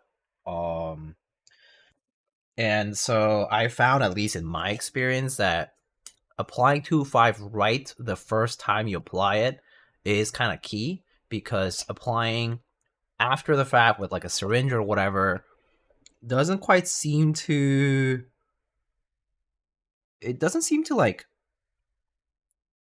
repair the damage, so to speak. Like it doesn't seem to like fix it completely, the problem. Or at least that's kind of how I feel. It's like I always feel like stuff that I do address later like that, eventually I have to come back to it sooner rather than later. So there's that. Okay, so that's done. Okay, so what mount should I do is the real question. I have been debating top, but I feel like any of the gasket mounts could be pretty nice with these tactiles. So I'm kind of leaning towards either O-ring or the gasket, the gasket sandwich mount. And I'm a bit torn. So why not all three? Yeah, I guess I could do that. It's just have to go through them. Okay, sure. Let's start. We can start with top first. We can do what's more rigid. Maybe we can do gasket sandwich, and then finally we can do O-ring. I think that's probably the order we can do it in here. Okay, cool. How does gummy O-ring work on the Constellation? Wouldn't it be pretty much the same way? You essentially have plate. You have O-ring going through in between the plate and the PCB. There you have these pillars sitting there. I would say, I guess in the case of O-ring, would I have to? I mean, actually, these are seated kind of flush. So yeah, I guess technically that doesn't really I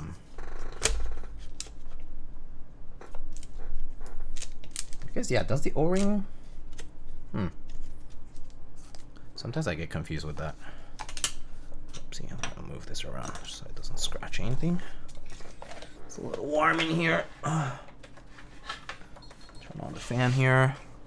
Yeah, you want to remove the I think I want to remove the gasket. I mean, the good thing about at least these 3M adhesives is that you can probably reapply as soon as you don't get them dirty or something. So I would probably remove these gaskets, put the O-ring. Yeah. It would change the amount of cushioning. Yeah. You know what? Maybe. Yeah, maybe I'll do top, then O-ring, then gasket, because that way I can just remove it once and reapply. Wait. Actually, can I just flip these around? Maybe I said replacement gaskets. I think I do have some. Let me see. Box time. Get under the sticker. Yeah. It's the same as any other of the gaskets. Yeah, it's good to have one of those like the flat plastic, like the Spudgers or any of the other ones. So I usually use. Let me find it. I mean, I can use this one here from the iFixit toolkit, but I can probably also use this plastic one too. Yeah, okay, because of the cutouts. Okay, yeah, alright, cool.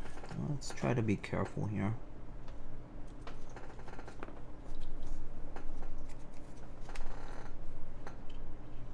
I should have not applied these, huh?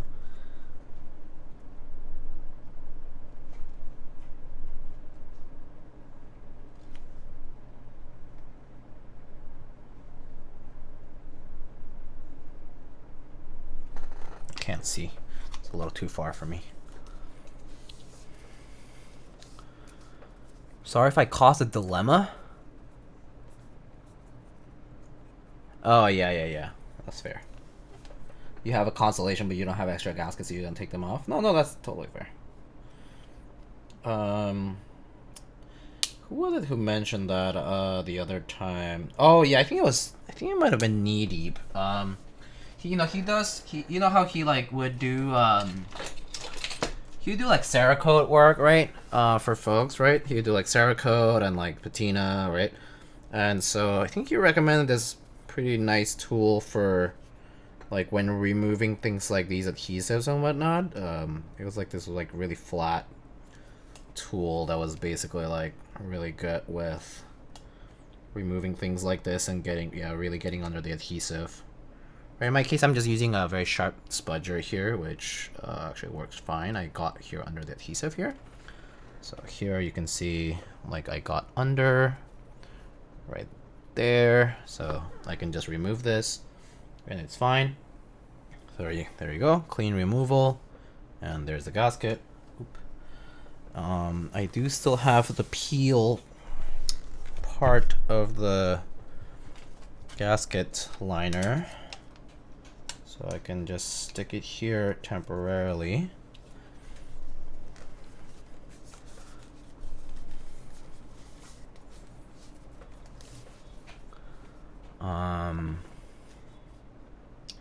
Yeah. But yeah, I need to find that link that he was recommending me for stuff like this. It's always good to have precision tools, so to speak. Just like little things that help you do stuff like this. Okay, cool. But a spudger like this is usually enough. Like as you can see, I'm just getting under the gasket on one corner, and as long as you don't like rip it, and then you actually do get under there, you'll get a clean removal for the gasket. So it's not the worst thing in the world. And also these 3M adhesives are actually pretty good for reapplying. There we go.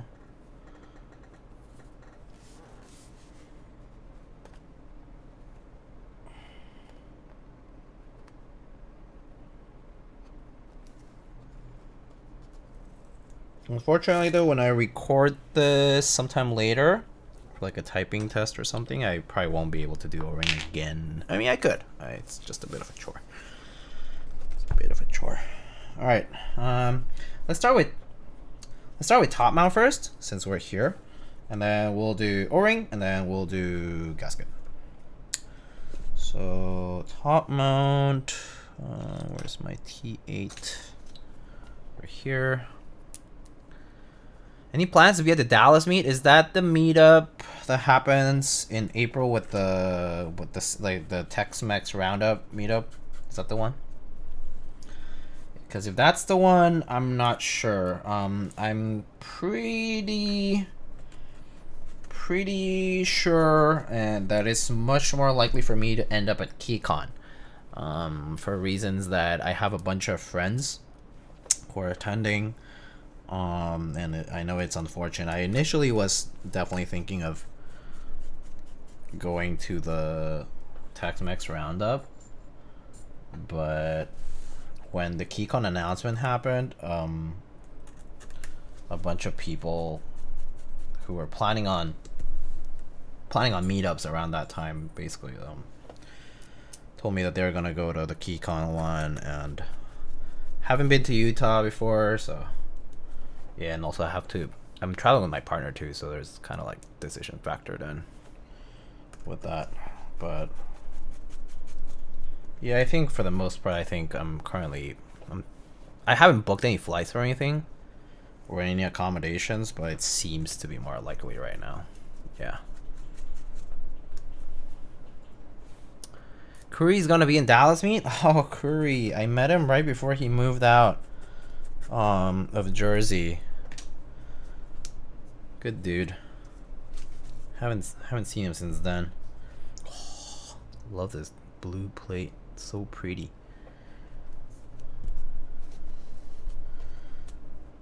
Alright, so that. And let's just get our screws.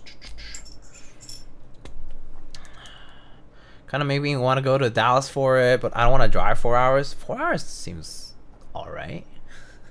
And you do have to drive back, so yeah, I guess it's a bit of a long. If you're only going for the day, it's kind of a long trip. Yeah. But yeah, I mean, I think basically though, for me, since I am flying from New York, going to Texas or going to Utah basically ends up being like about the same expense, I think, since it's like the same around the same time.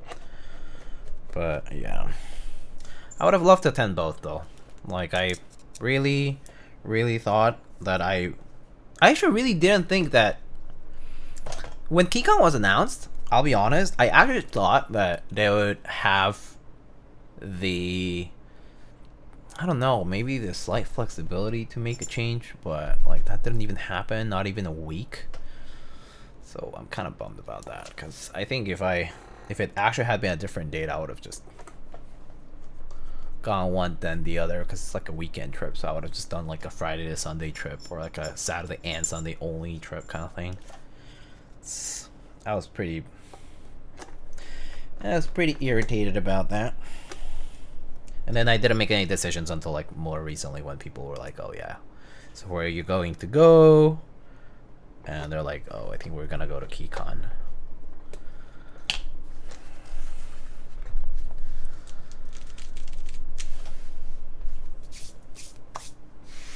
Is it true that cherry mix purples are causing cracking on keycaps? They're basically identical to MX clears. So MX clears cracking keycaps was not like an unknown thing. They've always been known to be thicker, and they've always been known for you to need to be careful when using them. So nowadays, like people will nowadays there's tools like there's this guy here. It's called a stem trimmer.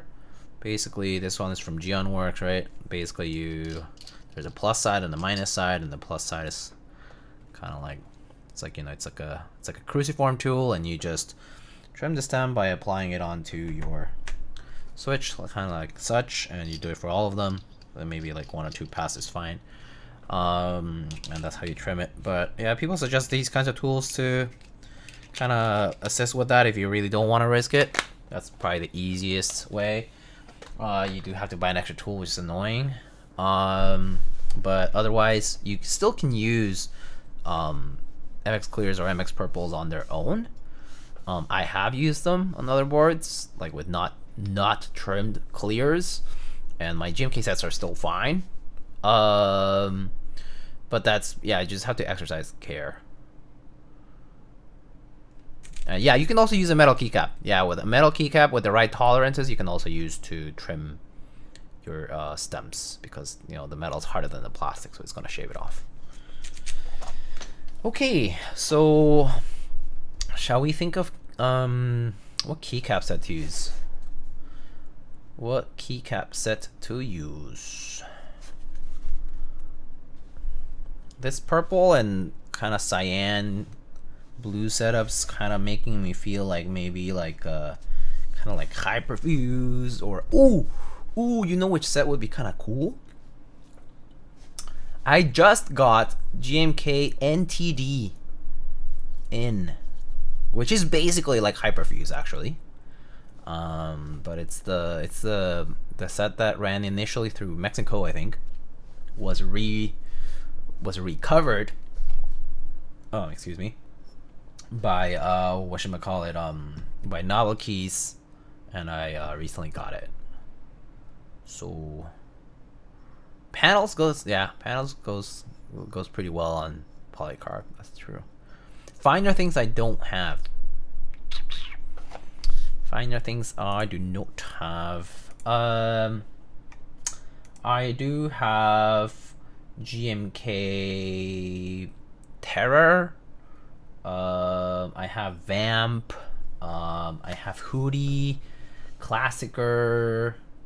I have Taco, Coral, NTD, which I just mentioned. I have like older sets like GMK Cyan, that kind of stuff. I have a lot of sets, but you know, you can kind of go with whatever. You can do cyan though. I mean, cyan would definitely look good on this. I mean, it would be pretty classic look, I would say. Very, like the kind of obvious set to pick. I'll give you the choices. Let me get the sets. Let me get the sets. Actually, where did I put them? Yeah. Okay. I'll be right back.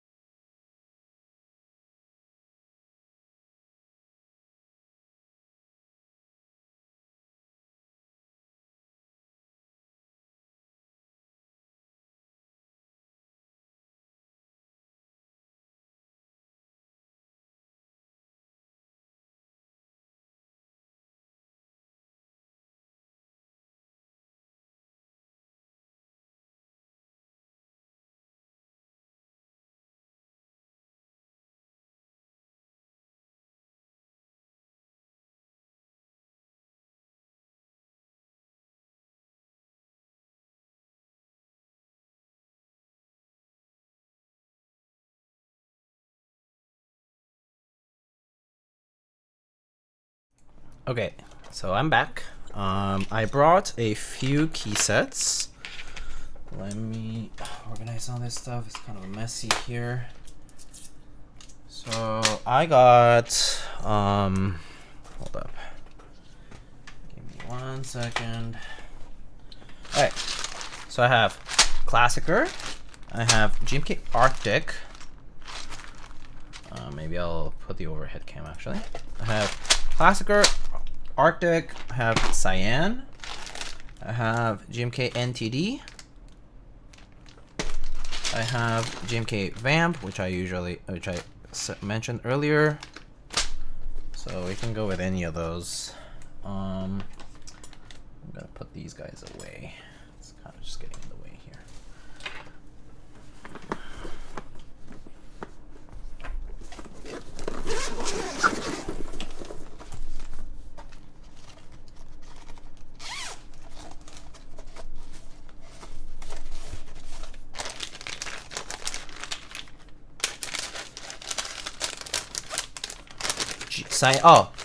You want to do a poll? Yeah, sure. It's Vamp, NTD, Cyan, Arctic, and Classicer. There's 5, so it should be good for the poll. That gives me time to reorganize this, so you can do that.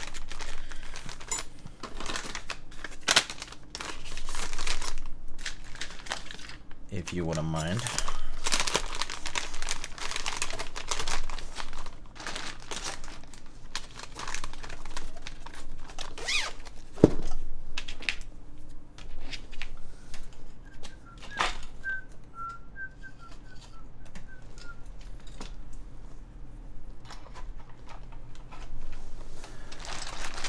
You did not hear me. Okay, I'll do it. You can see it right.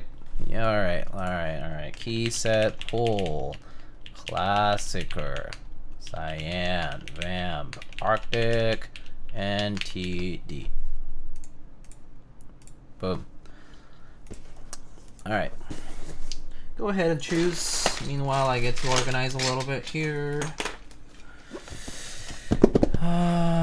Okay, that's garbage. Put this aside.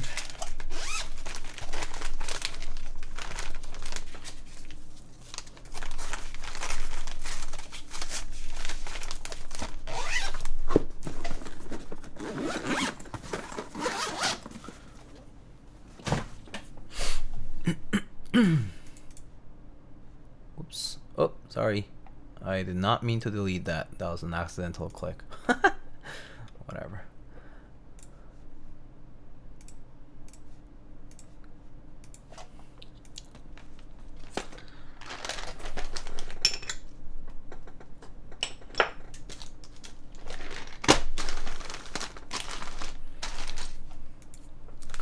I want Cyan so bad, but I don't want to spend crazy on it.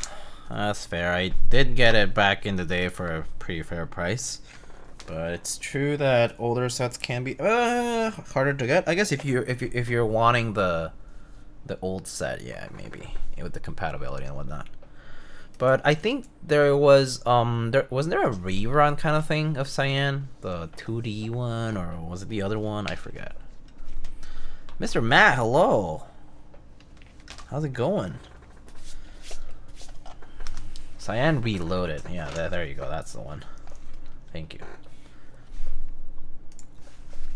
Oh wow, Classic actually got more votes than I thought. NTD has 5. Oh wow, you guys, not many people voting here, so probably easy to vote against one. Get some water here. Okay, so it's between Cyan and NTD. Okay. Do we just flip a coin?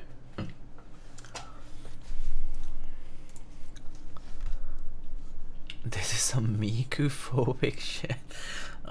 Okay.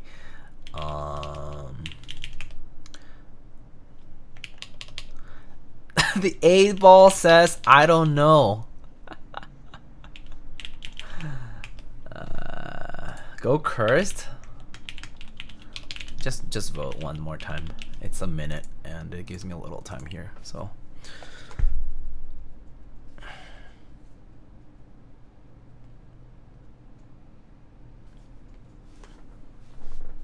It's a minute long, so just vote. Okay, so. Oh.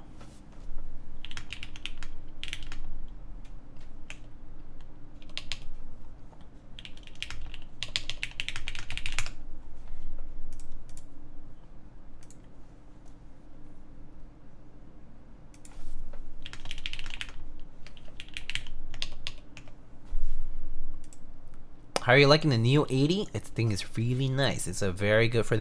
Look at that pole again. Not swinging either one way. Damn. This is great. I love it. All right, okay. We have a definite winner. They have a definite winner. All right, cool. That took you guys a minute, literally, but I thought that would be decided much more quickly. Guess not. Okay.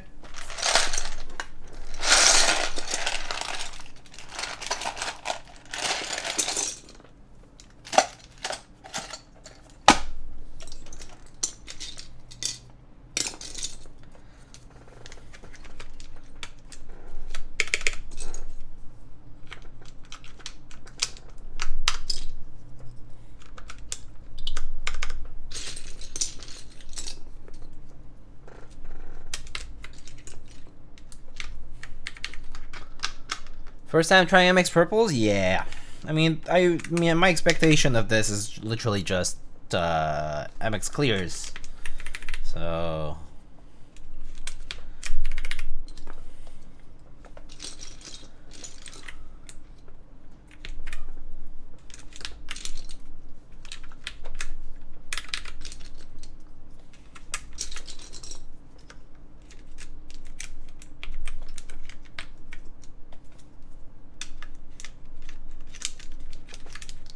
Oops.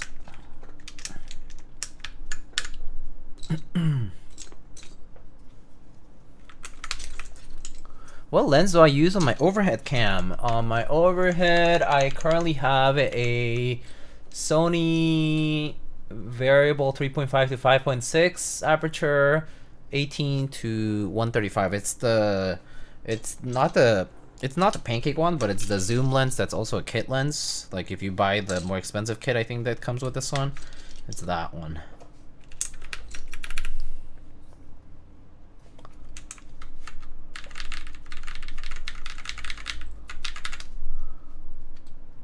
MX Brown's camera color calibration is off.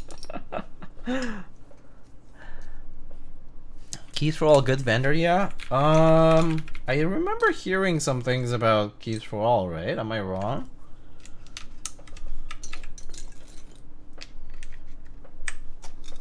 like a decent while back. They have Staebies and I want to buy it. Sold out on CK and Divinity. Oh, really now? I mean, if it's a pair of stabs, it should be fine, right? It's just a set of stabs. I use a Sigma 18 to 50 f2.8. Ooh, that's a nice one. I mean, I would like to get a nicer lens for this, but the zoom feature is pretty convenient, to be honest. Like, the fact that I can like grab, you know, I don't know, let's say like, you know, my pen here, and I can actually like zoom into it all the way is pretty neat. Really like that, you know. But that's actually something I do like about having a zoom lens for the overhead. But I think if I were okay with just having a fixed focal length, then I would, you know, just go with a prime, obviously. A bit nicer. But yeah, I figured it would be okay to...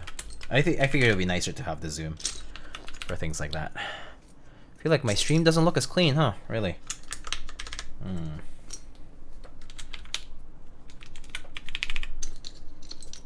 I'm not sure. Would it be like a resolution thing? Makes me wonder.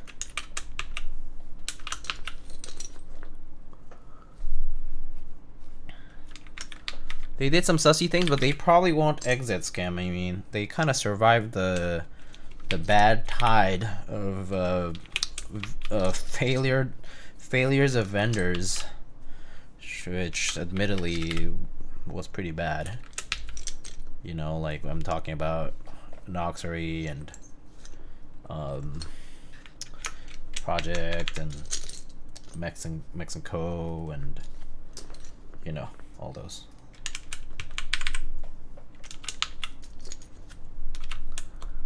I stream at 1440. Oh, I see. I stream at 1080, right? I'm pretty sure I stream at 1080. I actually don't remember.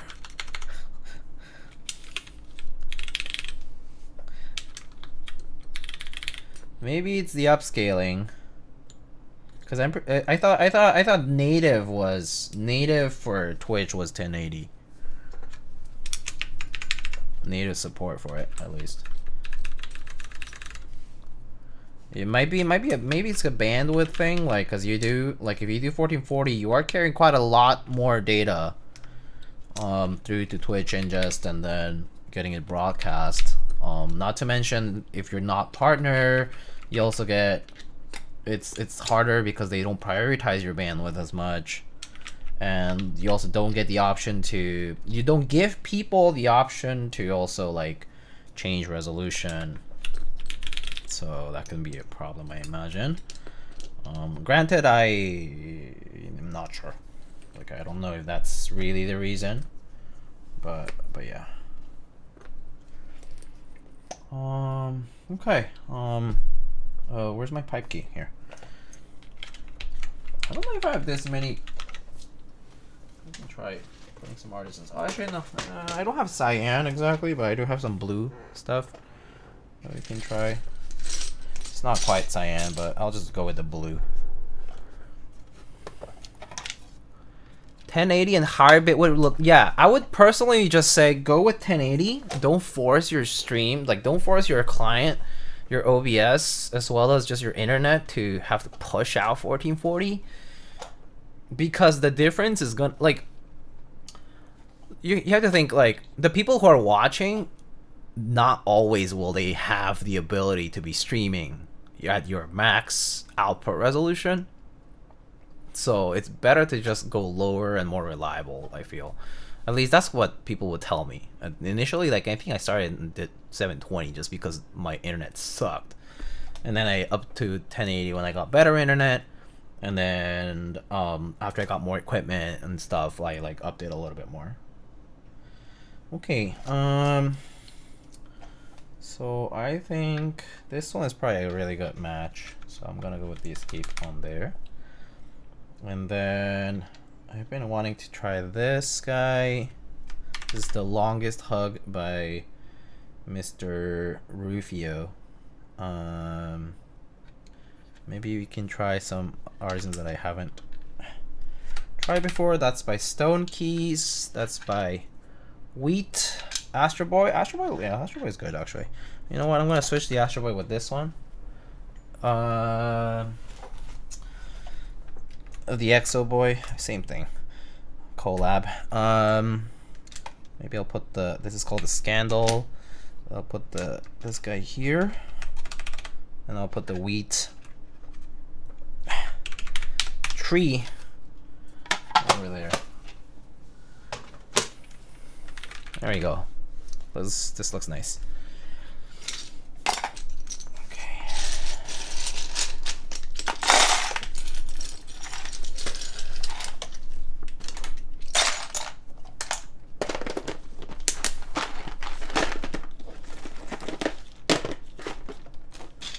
All right, sweet. Hello, Dr. Kale-Switch. Hello, hello. Thanks for the 21 months. How are you? Good to see you. All right. Oh, look at how good this looks. Ooh la la. I like it. You can try the side cam here if you want to take a look at it from this angle. Maybe I'll lower it a little bit actually.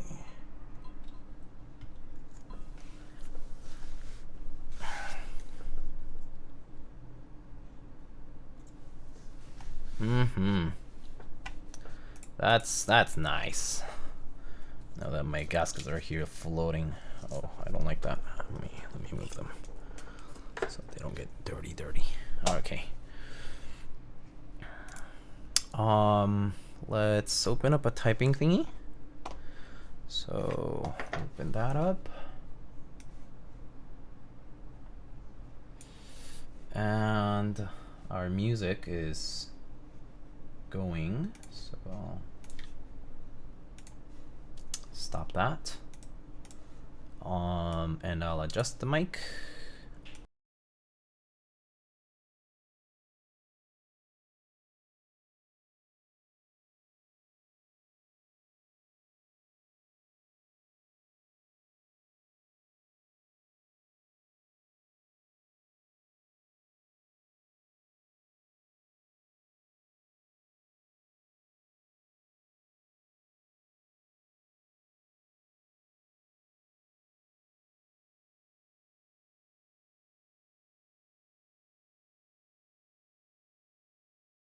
Okay, so is that good for the audio here? All right, let's get to try this. We have our Constellation all built up. So this is the Polycarbonate version of the Constellation by AEBoards, which is currently being sold in stock at Keyboard Treehouse. There are some coupons available for those who are purchasing here from the stream. You can get a free set of accents as well as or a free set of or a free plate. The Constellation comes with Staebies, and I think you can also get some extra dollars off with another code. It's in the build command. But anyway, this guy, we built it up today with an alu plate. We have an alu plate and MX Purple switches, Cherry MX Purples. These are the recent collaboration with Glarsis and Cherry MX. These are basically ergo clears with purple stems. I trimmed the stems a little bit because of the whole MX Clear keycap issue that people talk about. And then these are lube with TriboSys 3204, 63.5 gram. I think these springs are actually swapped, so I use SPRiT springs, I think. And yeah, this is all on an alu plate. And right now we have top mount, pretty sure. So yeah, let's get to try it out. Top mounts, oops, MX clears or MX purples. Here we go.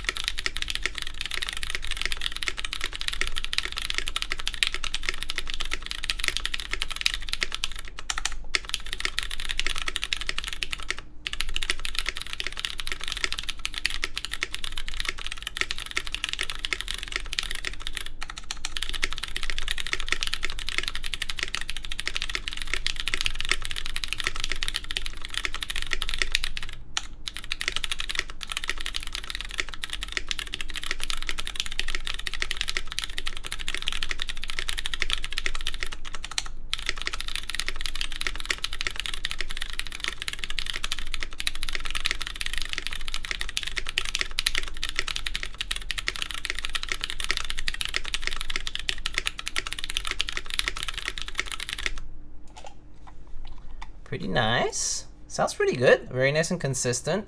What I do like about these MX Purples is that I did lube pretty carefully, so they don't have much of that leaf noise that you can often hear people complain about for any kind of tactile MX switch. But these actually sound pretty good. They do still have a decent bit of scratchiness and with respect to like just being completely new tactile Cherry MX made switches. So that's pretty standard, I would say. No different from any of the, not that much different really from any of the Hyperglide, yada yada stuff that you see out there in terms of like level of smoothness. I would say not that much different. Sounds good in this config. Alu plate in this polycarbonate case, pretty good. I would say it's definitely like not too stiff. I mean, it's definitely stiff, so to speak, like relative to gasket mount for sure. So it doesn't have much give, but it does sound nice with the alu plate. So it's like I feel like the sturdiness of the typing feel is appropriate for the build here. So yeah. Anyway, and now here are the mods.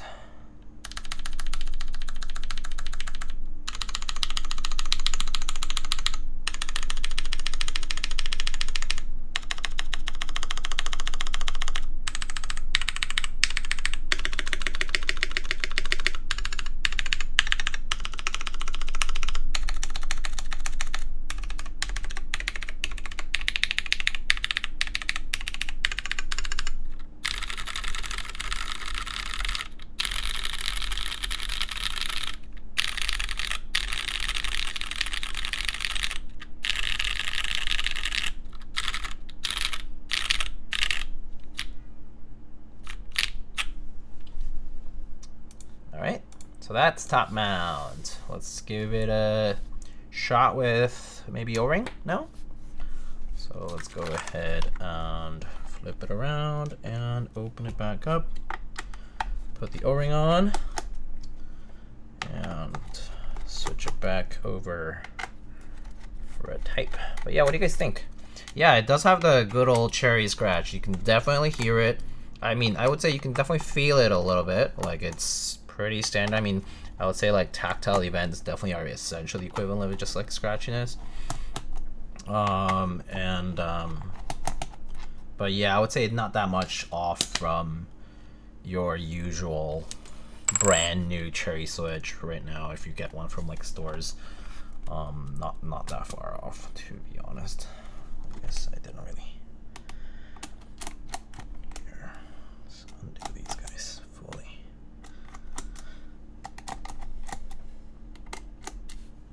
But yeah, nice thing about the Constellation here is that all the inserts are threaded, so no risk of accidentally stripping your cases and whatnot. So that part is pretty nice.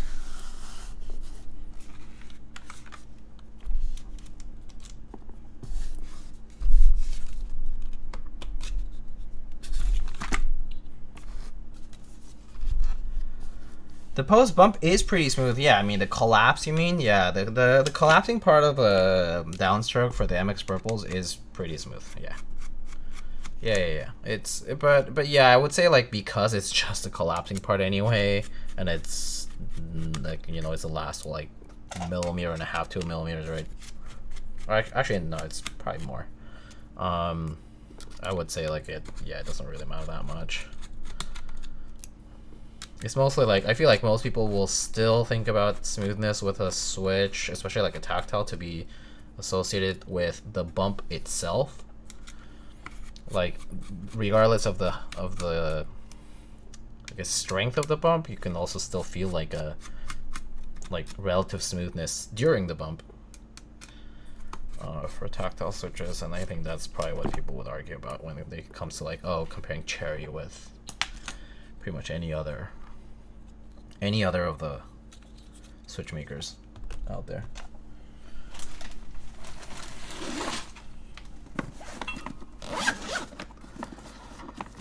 Because they put a gallon of jizz in each switch. Oh, so actually that does remind me. So what I did for the factory lube application inside of the MX Purples is that I pretty much left it as is, but what I did was I was replacing the springs too, right? And most of the factory lube goes around the center pole of the bottom housing.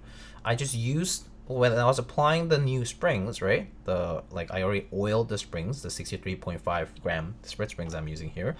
I just grabbed the, I would use tweezers to grab the spring and I would just put it on top. But like when I put it on top, because the lube is just already there, it just kind of spreads itself. Especially because the springs already have a little bit of oil, they just kind of dissolve with the grease that was already there. So essentially it kind of disappeared onto the bottom housing, and so it didn't really have any kind of like negative effects for the lubing process, at least for me. Like I didn't feel the need to go and clean up everything first, like I didn't feel like I needed to grab some like a micro applicator, some kind of like cleaner or something, and clean everything off and then have to start lubing my switches. I didn't bother doing any of that. I just went ahead and lubed. I just went ahead and lube my springs, prep my springs, my films, and divide all the parts. And then as I was putting the spring and the stem back on, the spring itself would just kind of move that lubrication that was already there, pre-applied. So that was kind of nice. I didn't have to do anything else. Okay, we have an O-ring now, so you can see it. So for O-ring, it just sits on these pillars on the case, on the bottom case. Just do that. Go ahead and close the case. So there's a little bit of compression here when you do that. So just grab our screws. Maybe start with the middle. I wasn't sure if I should clean it up or not. Yeah, I personally felt like I didn't have to. It definitely, yeah, so it won't affect the sound of the switch unless it goes to the rails. If it goes onto the rails, or the bottom of the rails even, right? Like where the stem is gonna be bottoming out, right?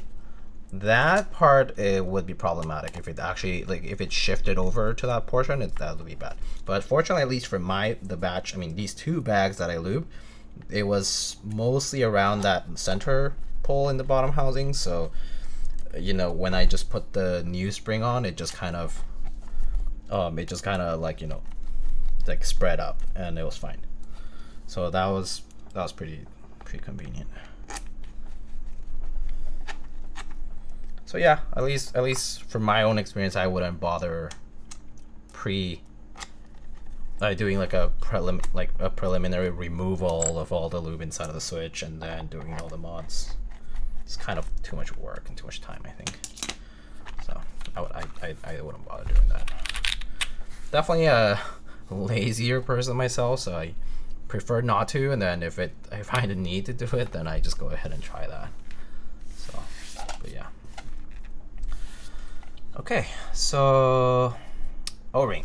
Okay, so let's give it a try now in O-ring mount. I definitely could feel a little bit of compression. I kind of feel like it might be not too flexy, not too soft, but probably a bit softer than top. But let's give it a try. Same specs, MX purples, lubed and filmed on an aluminum plate with an O-ring mount. Here you go. Probably will sound different though.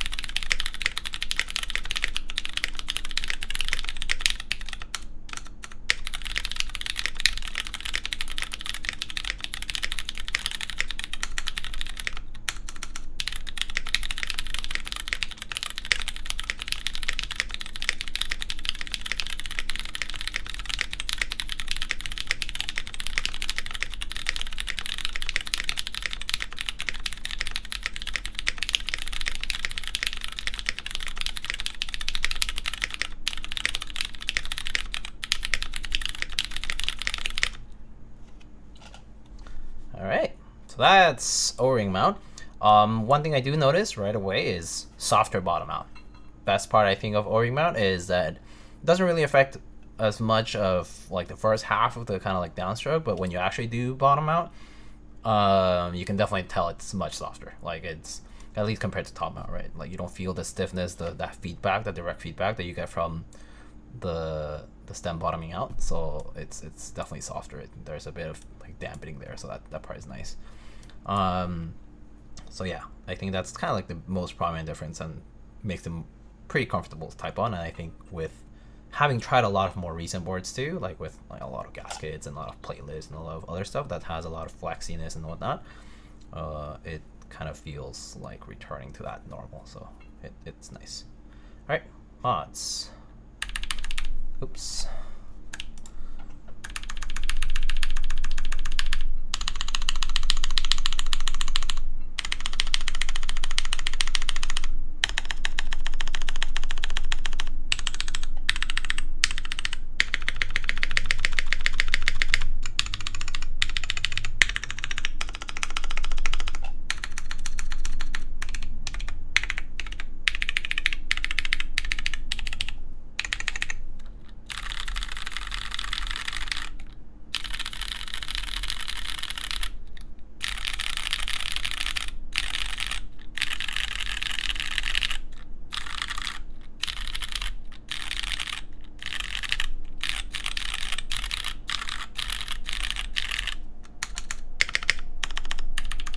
I actually really like how it sounds.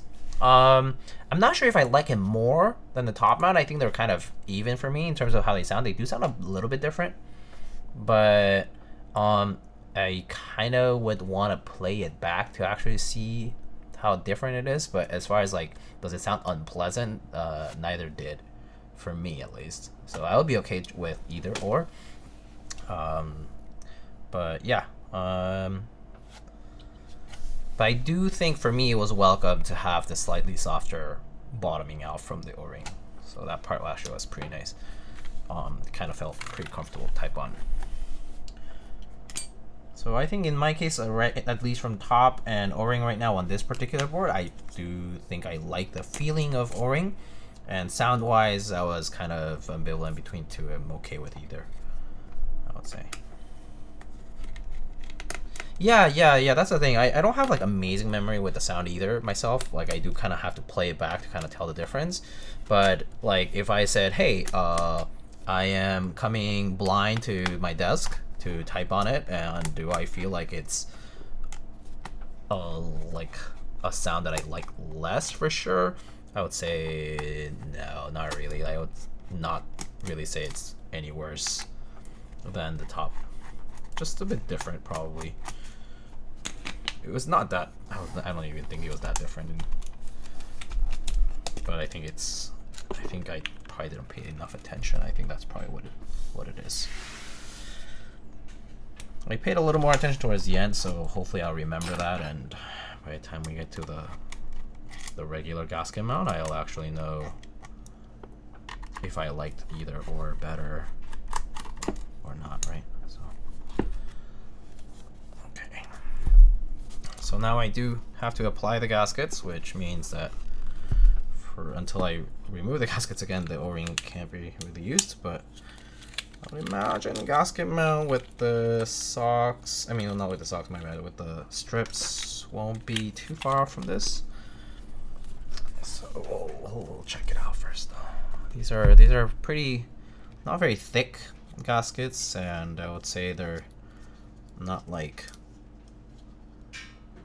extremely soft either, so well, yeah, we'll see how it goes here.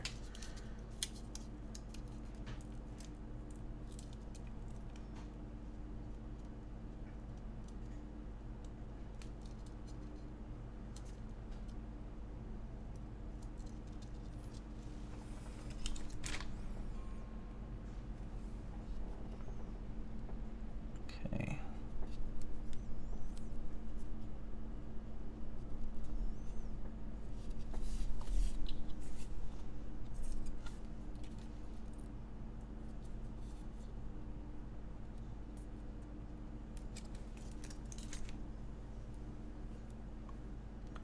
Both sounded nice and like a keyboard? Yes. And that's pretty much how I feel about it. It sounded good. And it felt nice. And I personally, at least, prefer the sound of the O-ring slightly more. I mean, sorry, not the sound. The feeling of the O-ring a little bit more. Maybe because I've been used to softer typing lately, more so than stiffer. At least I'm late. By lately, I mean like the past few weeks, past month or two, right? So I am okay with. I'm currently okay with this O-ring mount, for example. But yeah, let's see how it goes in the regular gasket sandwich config. It's a little warm, so I'm gonna turn on the fan just to cool down a little. So there's a little bit of compression here. Now I would say the compression is a little bit more apparent with the gasket sandwiching here. So I feel like it's gonna be a bit stiffer than the O-ring, but not far. But perhaps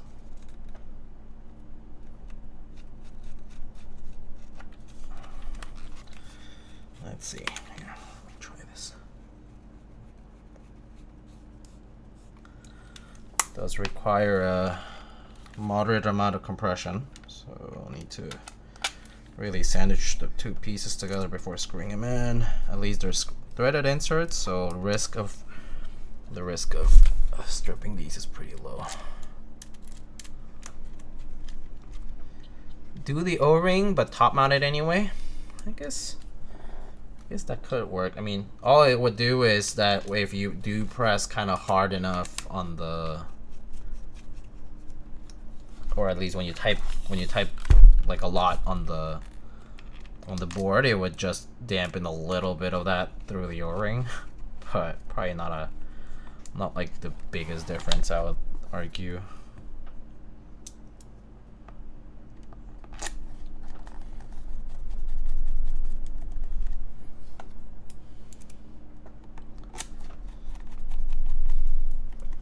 I do think I've tried that before, top mount with an O-ring in between.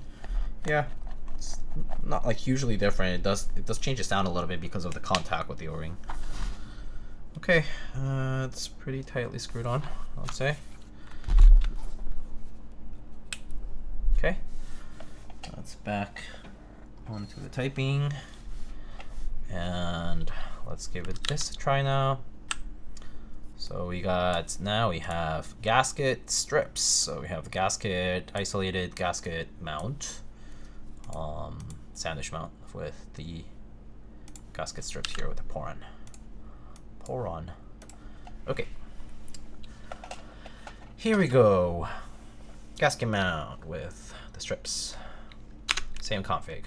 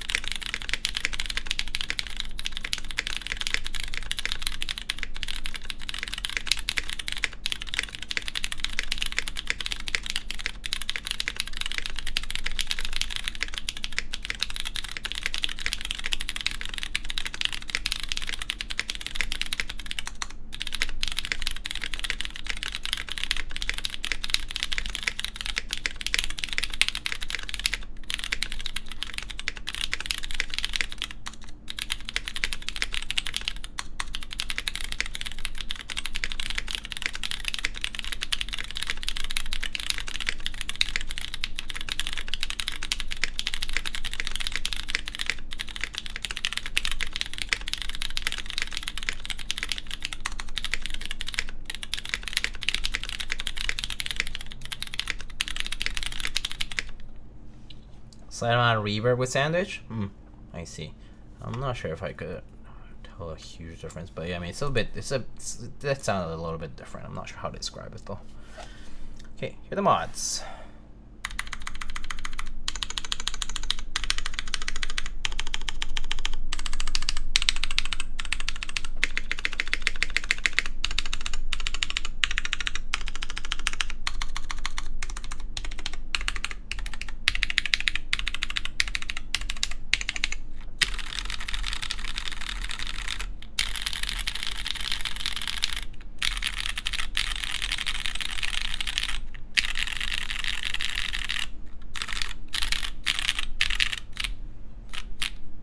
not very soft feeling, to be quite honest. The softest is definitely O-ring among all these different ways of doing this. So there's that. I would say between top and this gasket sandwich, honestly, stiffness wise, kind of similar. It does sound different from top mount. Whether it's slightly more reverb or not, I'm actually not sure. But this gasket mount, this particular gasket mount with the Constellation with these 4 tabs is on the stiffer side. Like there definitely is a decent amount of compression, and the strips themselves are not as thick, so it definitely just feels more like standard sandwich mount.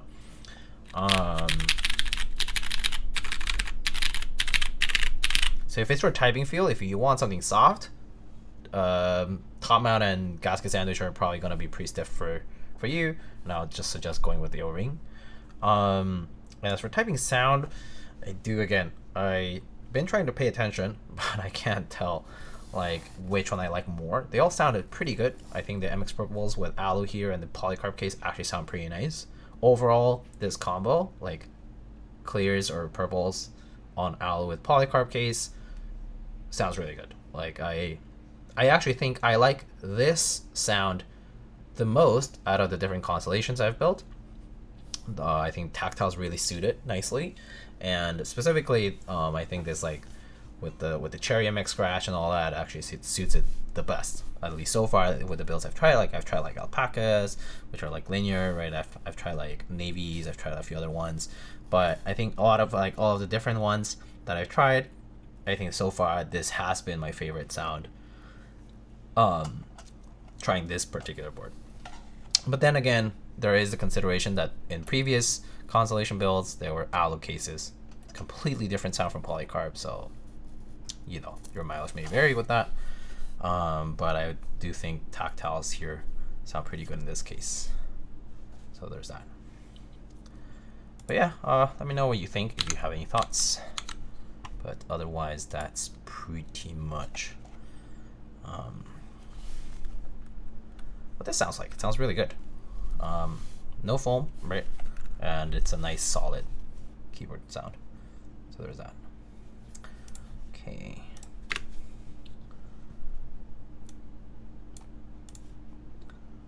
So let's get that back up, and maybe we can do our thumbnail here. All right. There goes.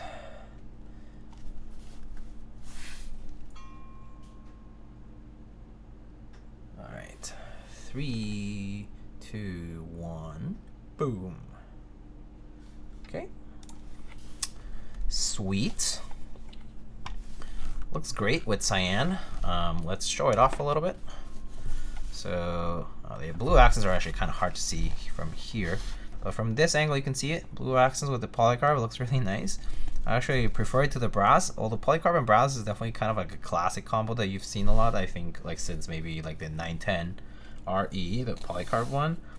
I think the polycarb brass combo was pretty lauded after that. But this does pair really nice with the board. I think just cyan is a very simple set, right? Just like white and cyan. It's like the simple two-tone set is it's a good combo. Like it's simple, it looks clean, and because the polycarb is generally like on the brighter side, it goes well. It pairs well with the case here, like with the key set. So it's a nice combo. You can see how shined all the keys are. Like this shift, there's right shift is pretty shined up. You can see a bunch of shine on here. I can show you from up top here. I'm gonna move the mic here. But yes, I would personally love anodized of this green. I mean of this blue. It's like blue cyanish kind of tone. Super gorgeous color. I'm pretty sure this color is, I've seen it a lot in like other like random anodized aluminum stuff, but it's a pretty blue, man. Like it's not, it's like it has a hint of green. Like it really is kind of like a cyan, but it's a little bit less It's a little bit bluer than that. But it's a really nice color. Like an alu case of this color would be pretty. Would be really pretty. But yeah. I do like seeing how the internals are visible on this particular board, like the Constellation. I think the accents being at the edges really shows off a lot of color here, and it looks gorgeous. And then you flip it around, right? You flip it around and you see the brass, so that's pretty cool. I'm glad the PCB is actually black. Kind of hides itself pretty well in there. So the other parts kind of stand out a little bit more. But yeah, look at that. And no, this is sweet. Threaded inserts and everything, so pretty much everything you can ask for, like in a polycarb case. And I personally think the Constellation design in general is really nice.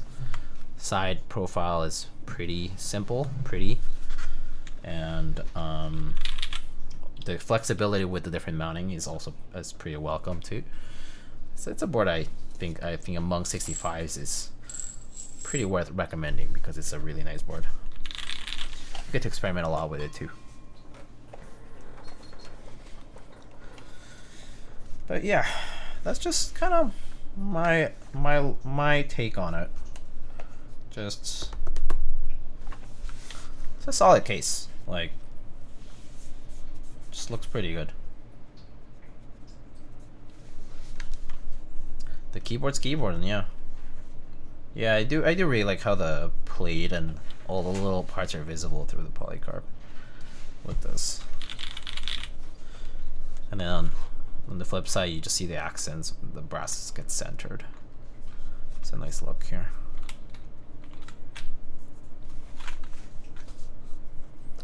Qué hermoso teclado. Muchas gracias, Pennywise. ¿Cómo estás? ¿Cómo estás, compañero?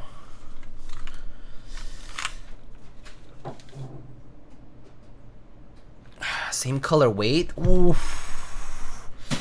I would miss a little bit of the heft, slightly. I actually do wonder how the density changed at the bottom, because a heavy bottom keyboard actually sounds different, very different from like an alu, you know, or like all alu, all plastic, whatever, right? So that would probably change the sound a ton. But look-wise, though, I think it would look really good. Kind of want to get a weight like that. It's like, kind of want to try to get a weight that would just match this. It's gorgeous color, love it. Damn, that definitely is an idea. It's an idea. It will look so good. I do agree. I think this blue and the polycarb they pair up super nicely. More so than other bolder colors like red or like something else. I think this blue is a nice tone of it. Yeah. Camercole, hello. Have a nice night. Thank you so much for stopping by. And hello to you too.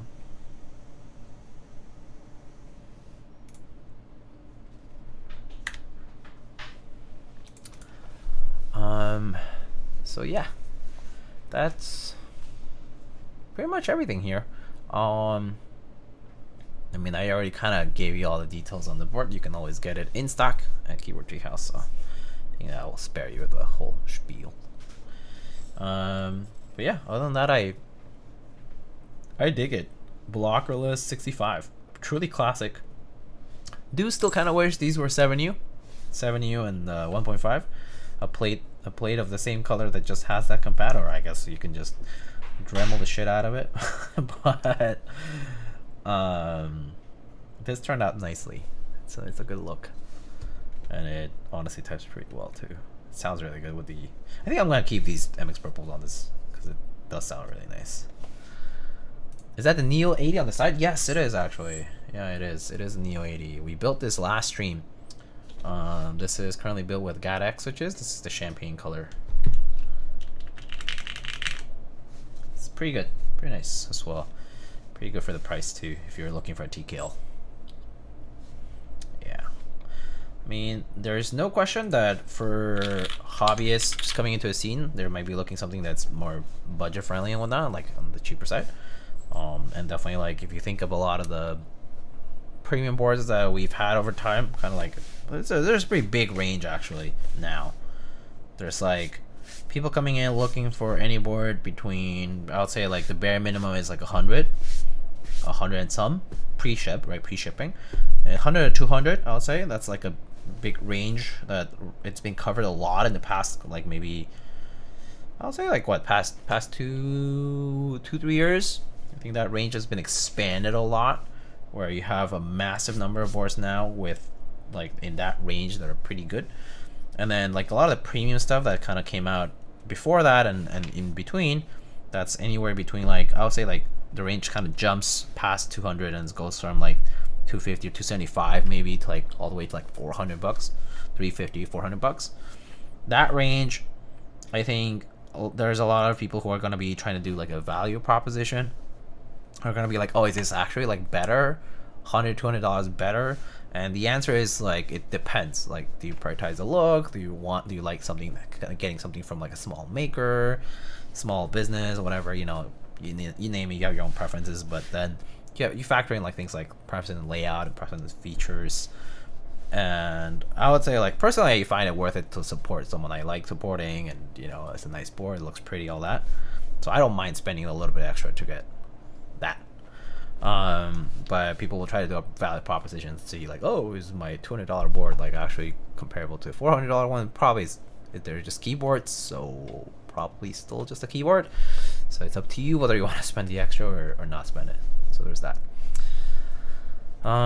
Extra says torn between Neo 80 and Cycle 8. Neo is sick looking. I would say either or. They're probably both gonna be pretty competitive price point considering the Cycle 7. But between the Neo 80 and the Cycle 8, or Cycle 8, you're probably gonna get a similar result. So if you already like the features that the Neo offers in terms of colors, availability, pre-order timing, whatever, maybe plates and that kind of offering, then just go for this. But honestly, I don't think you can go wrong with either, because the Cycle 7 seems to have been a pretty decent success, big success actually. And I would imagine Cycle 8 is just iterating on top of that, so can't be that far off. I think you probably won't go wrong with either or, but you know, I think that depends on how you feel about like who you're buying from and what you're looking at. It's pretty subjective, but I don't think you'll go wrong with either. Yeah.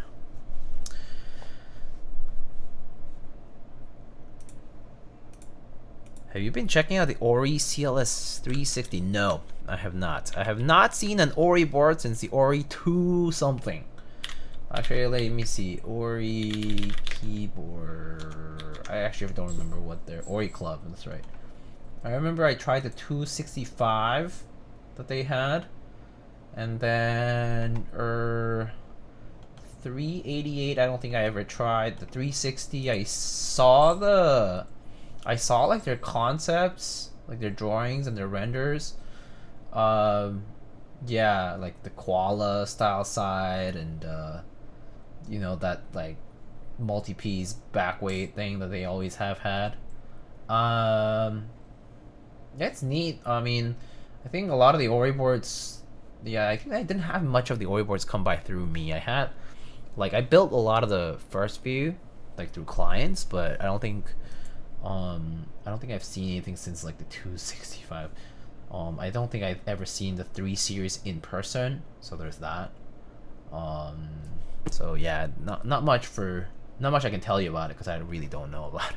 I know they exist, but I just haven't seen them in person, so not much to comment. Yeah, nice curved thin bezel. Yeah. I mean, it's like classic bezels, like the thinner side, thicker top, bottom bezel formula applied to some of that curviness that you can get from like koala style and some different boards. Maybe like the leaf 80 type Fox Lab, that kind of design style too, like some curves here and there. Yeah. Forward to Alex stream on Sunday. Oh, cool. Maybe I'll check it out too. I've been tuning into Alex's stream every so often, just to see what he's up to, and he also gets a bunch of boards that I don't think I usually see. So yeah.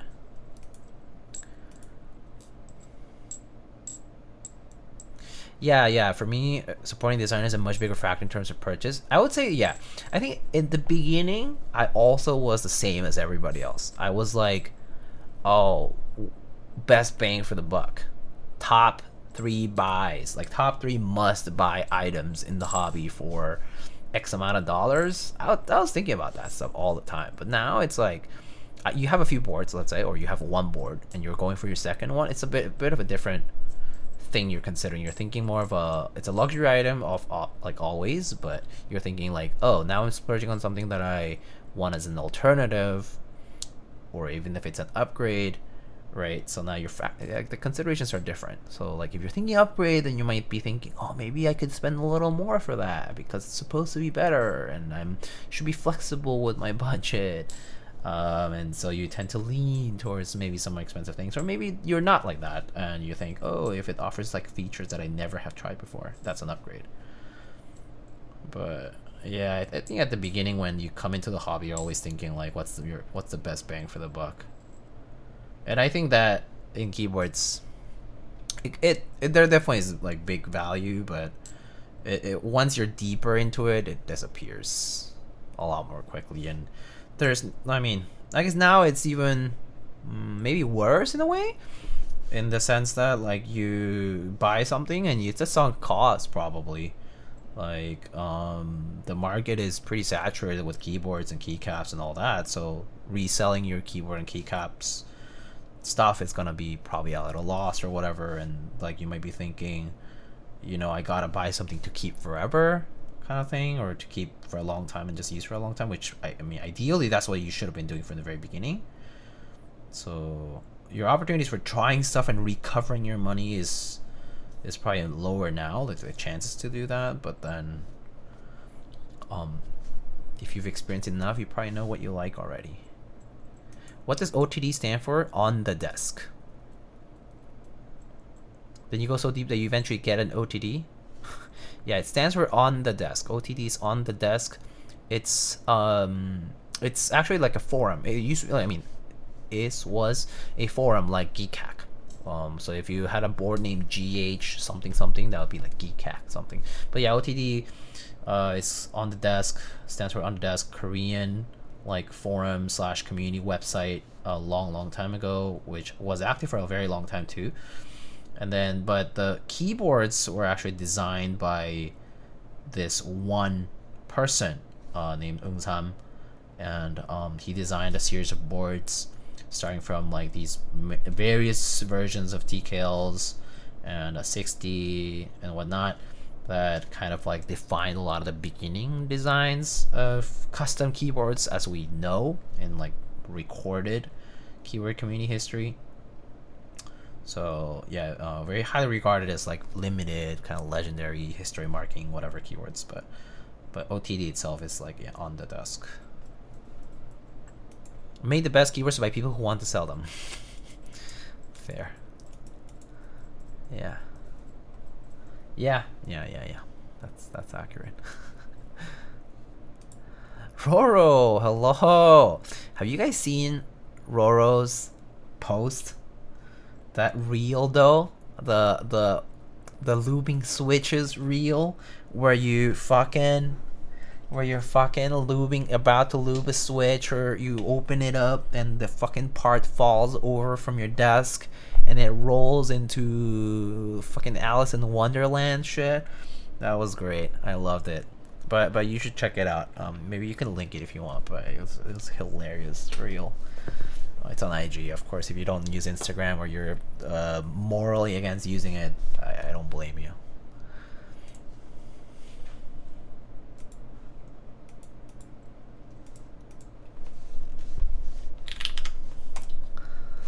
I'm flattered. I thought it was funny. I think it was pretty. I think it's super relatable though. I think anybody who loops enough switches knows. It's like that shit happens all the time. You lose the spring, it's gone. It's GG. A stem? Oh, God forbid if it's an MX black and it falls under your table or some shit. Whew. Anyway. Maybe let's wrap it up here, but if you guys have any kind of actually, yeah, feedback or any kind of comments or anything that you want to tell me about, ask me about, just feel free to ask it now before we start the raid. But other than that, I kind of gave my spiel. Constellation, super nice board here. Personally, if you're about to purchase and have the budget, go ahead. Pretty cool board. I think it's really nice. Good experiment. Good to experiment with it. You get 3 different mounting systems: O-ring, sandwich, gasket, and top mount. 65% classic, 65% layout rather. No blocker. Very nice, kind of like monolithic looking board. Heavy, big brass weight. Accents you can change, so somewhat changeable look.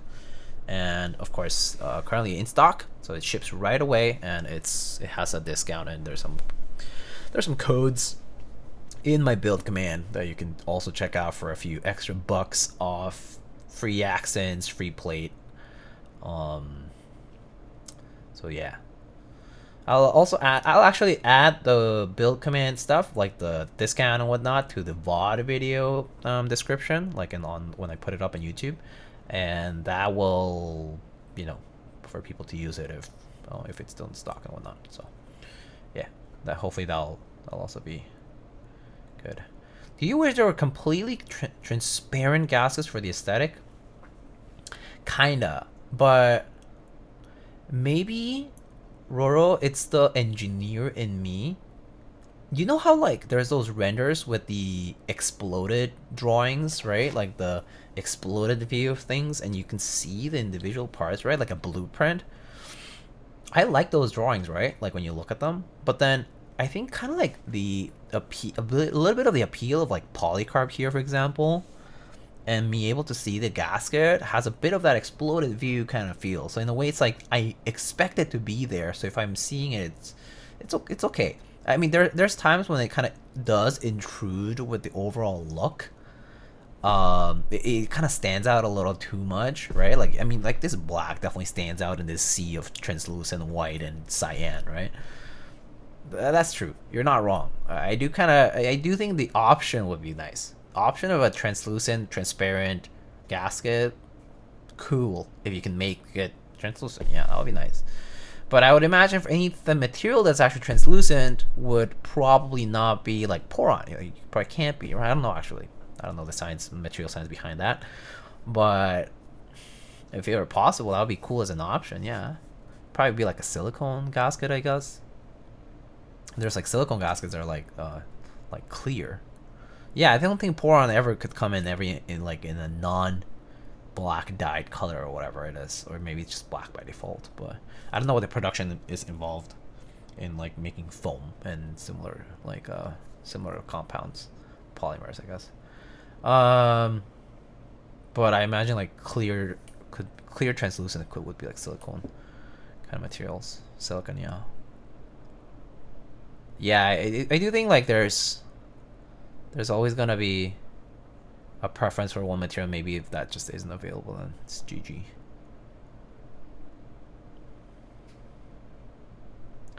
Yeah, tried silicone for the first EXC and the rubber. Yeah.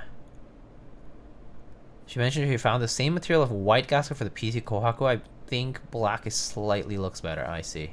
Okay. That's fair. Minimal difference in terms of bounciness between silicon and rubber. Okay. Yeah, I feel like also a lot of people will confuse them. If you were to have them in the same color side by side, I think a lot of people might confuse silicon and rubber. They're like, oh, bouncy kind of feeling. Same color. Must be the same material.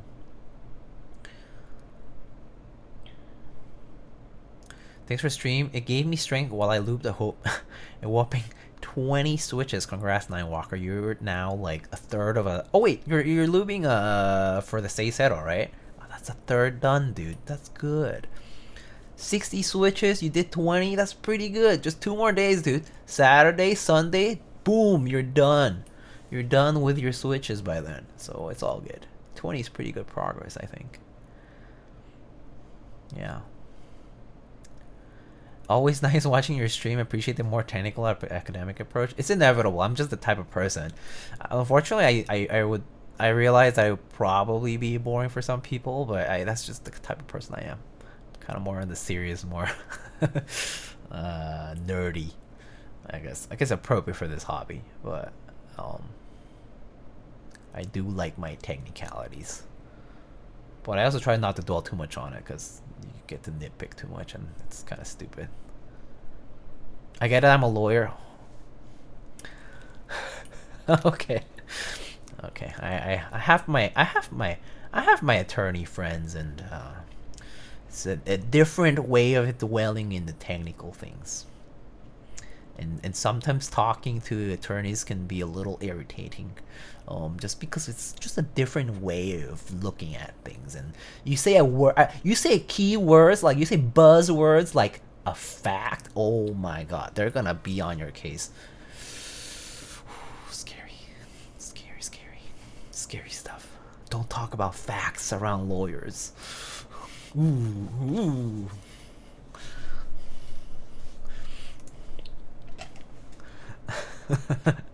What Keycap set is that? Oh, this is GMK Cyan. Yeah, this is GMK Cyan. It's a old set. I think initially ran through Originative, relatively older US vendor who actually I think it's the first US vendor who actually worked with GMK back in the day. And then Drop also worked with them, right? But Mass Drop at the time. But yeah, GMK Cyan, pretty old set. That's what they ran for a while. These streamers that got different styles, that's true. Like yeah, like Lydia. I go to your Lydia stream, I lurk. Man, it's a party in there. Patty stream, super chill. Alex stream, super wholesome. Nathan, with the rare chance he streams, kind of cozy, you know. He has that like soothing voice, chill, you know. Oh, it's kind of nice to hang out to. But they're all very different. It's just fun. It's always fun. We got Lolstag that rambles for hours, but he got stories, man. Like Lols, like Ryan has so many stories to tell. So it's just like he does so many things, right? He's always adventuring around there, so he has always stories. It's like listening to a podcast. Yeah, he has like content for months. Maybe in a slightly different space than most of the attorneys, you know. That's fair. That's fair. I guess yeah. Among the I don't know that many lawyers, but I know a few people in like patent. I know people in like corporate, like tax. I know people in public, like government. And then I know one or two people in like big law. Yeah. And then I don't really know many people in like a lot of like court work, you know, like criminal or even civil. Actually, don't know that many. Yo, do you use GEON's trimmer? Yes, I did. I used the GEON trimmer for the. I did like a custom. I think I did like 2 or 3 passes per switch with the GEON trimmer. That's what I think that was enough. I think one, I still felt a little bit of resistance. By the second one, a lot of the resistance was gone, and by the third one, it was basically the same. So I think 2 or 3 passes with the GEON trimmer is probably enough. Just straight down. I didn't do it at an angle, just straight down. Yeah, just straight down, pull, and then do it again, and then do that like 2 or 3 times per switch. I think it was enough, and I tried different keycaps and stuff, and yeah, it was noticeably different. So yeah, I do recommend using having one around. That's kind of handy for these abnormal switches. Simon streams. Mr. Simon's an interesting one too. He also has his ranting moments on stream. You know how like, so he does like YouTube videos, right, where he like kind of records through OBS or whatever, or maybe he records separately, but he has a very different stuff. Like when I listen to some of his YouTube videos, it's a bit of a different vibe from his streams. And yeah, he has his moments of kind of like kind of like goes up on a rant, and then kind of just like mellows out. He's fun too. But I don't get to watch his streams much, time difference and whatnot. I work for a criminal defense nonprofit. That's fair. Okay, I see. I'm an immigration lawyer. Oh, cool. In New York City, we're absolutely slammed currently. Oh, okay. That's fair. I see. Well, New York City. Fellow New York City. So, yeah.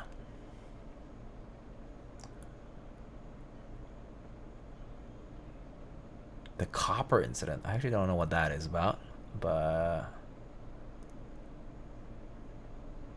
You too? Yeah. I'm based in New York. Yeah. We need the Andy Wentz and Simons. Andy. I don't think I see him stream too much now these days. Not as much, I think. But he had like for a while he had like breakdancing and gym and I don't know, a lot going on with Andy too. Yeah, variety is good. It's good for life here. I think especially for a nerdy and kind of somewhat, people say preference for keyboards, but there's kind of this. Once you learn enough about keyboards, it kind of gets very repetitive, very cyclical. You kind of get bored of a lot of stuff, and I think having the people who like do like streams and stuff can be kind of entertaining, just to kind of change it up a little bit, just to maybe talk about it in a different angle. But I think when it comes to, is there much new to talk about keyboards and new to be done about keyboards? Is no. Still just a keyboard. It's a tool that you use every day. Hopefully you enjoy it and you customize however you want to make it look and sound and feel, but at the end of the day, still just a keyboard. Well, at least that's how I generally feel about it. So that's why I have fun with the keyboard stuff, because gotta not take it too seriously. Yeah. All right, folks, let's wrap it up now. I think went on a tangent and stuck around chatting for a bit, so let's wrap it up now. All right, let's see, who can we read tonight?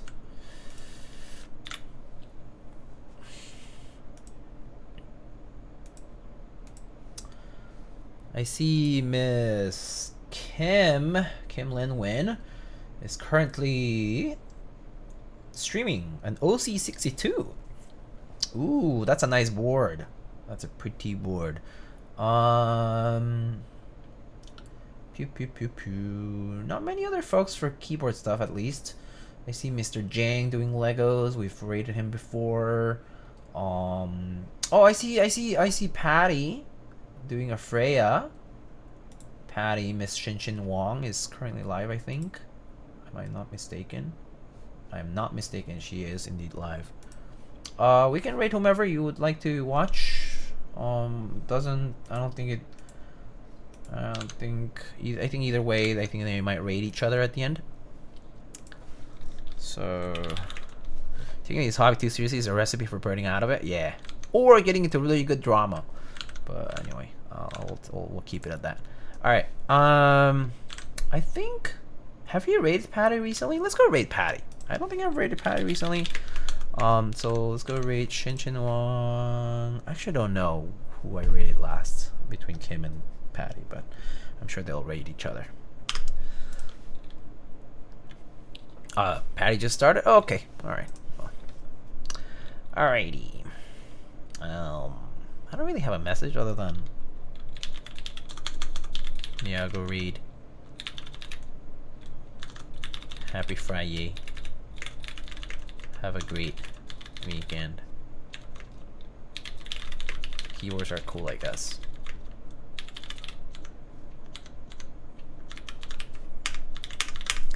Alright, folks. I'll see you guys soon.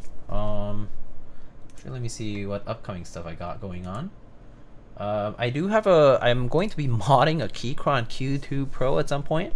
Somebody commissioned me to do some modding, like, you know, just like getting new switches on, and it's a bare bones, and like putting some foam and, you know, all that stuff, replacing stabs, all that stuff. And then I should be building a Matrix 8X V 3.0 at some point. And there's more stuff to come soon. For review boards and whatnot, I think I'll have to wait a little bit to tell you guys more about it. But yeah, we got some client builds coming up. But yeah, lightning, hell yeah! Thank you, ODM. I'll see you guys later. Okay, take it easy. Have a good night. Have a good weekend. Have a good long weekend if you're enjoying that. Peace. See ya.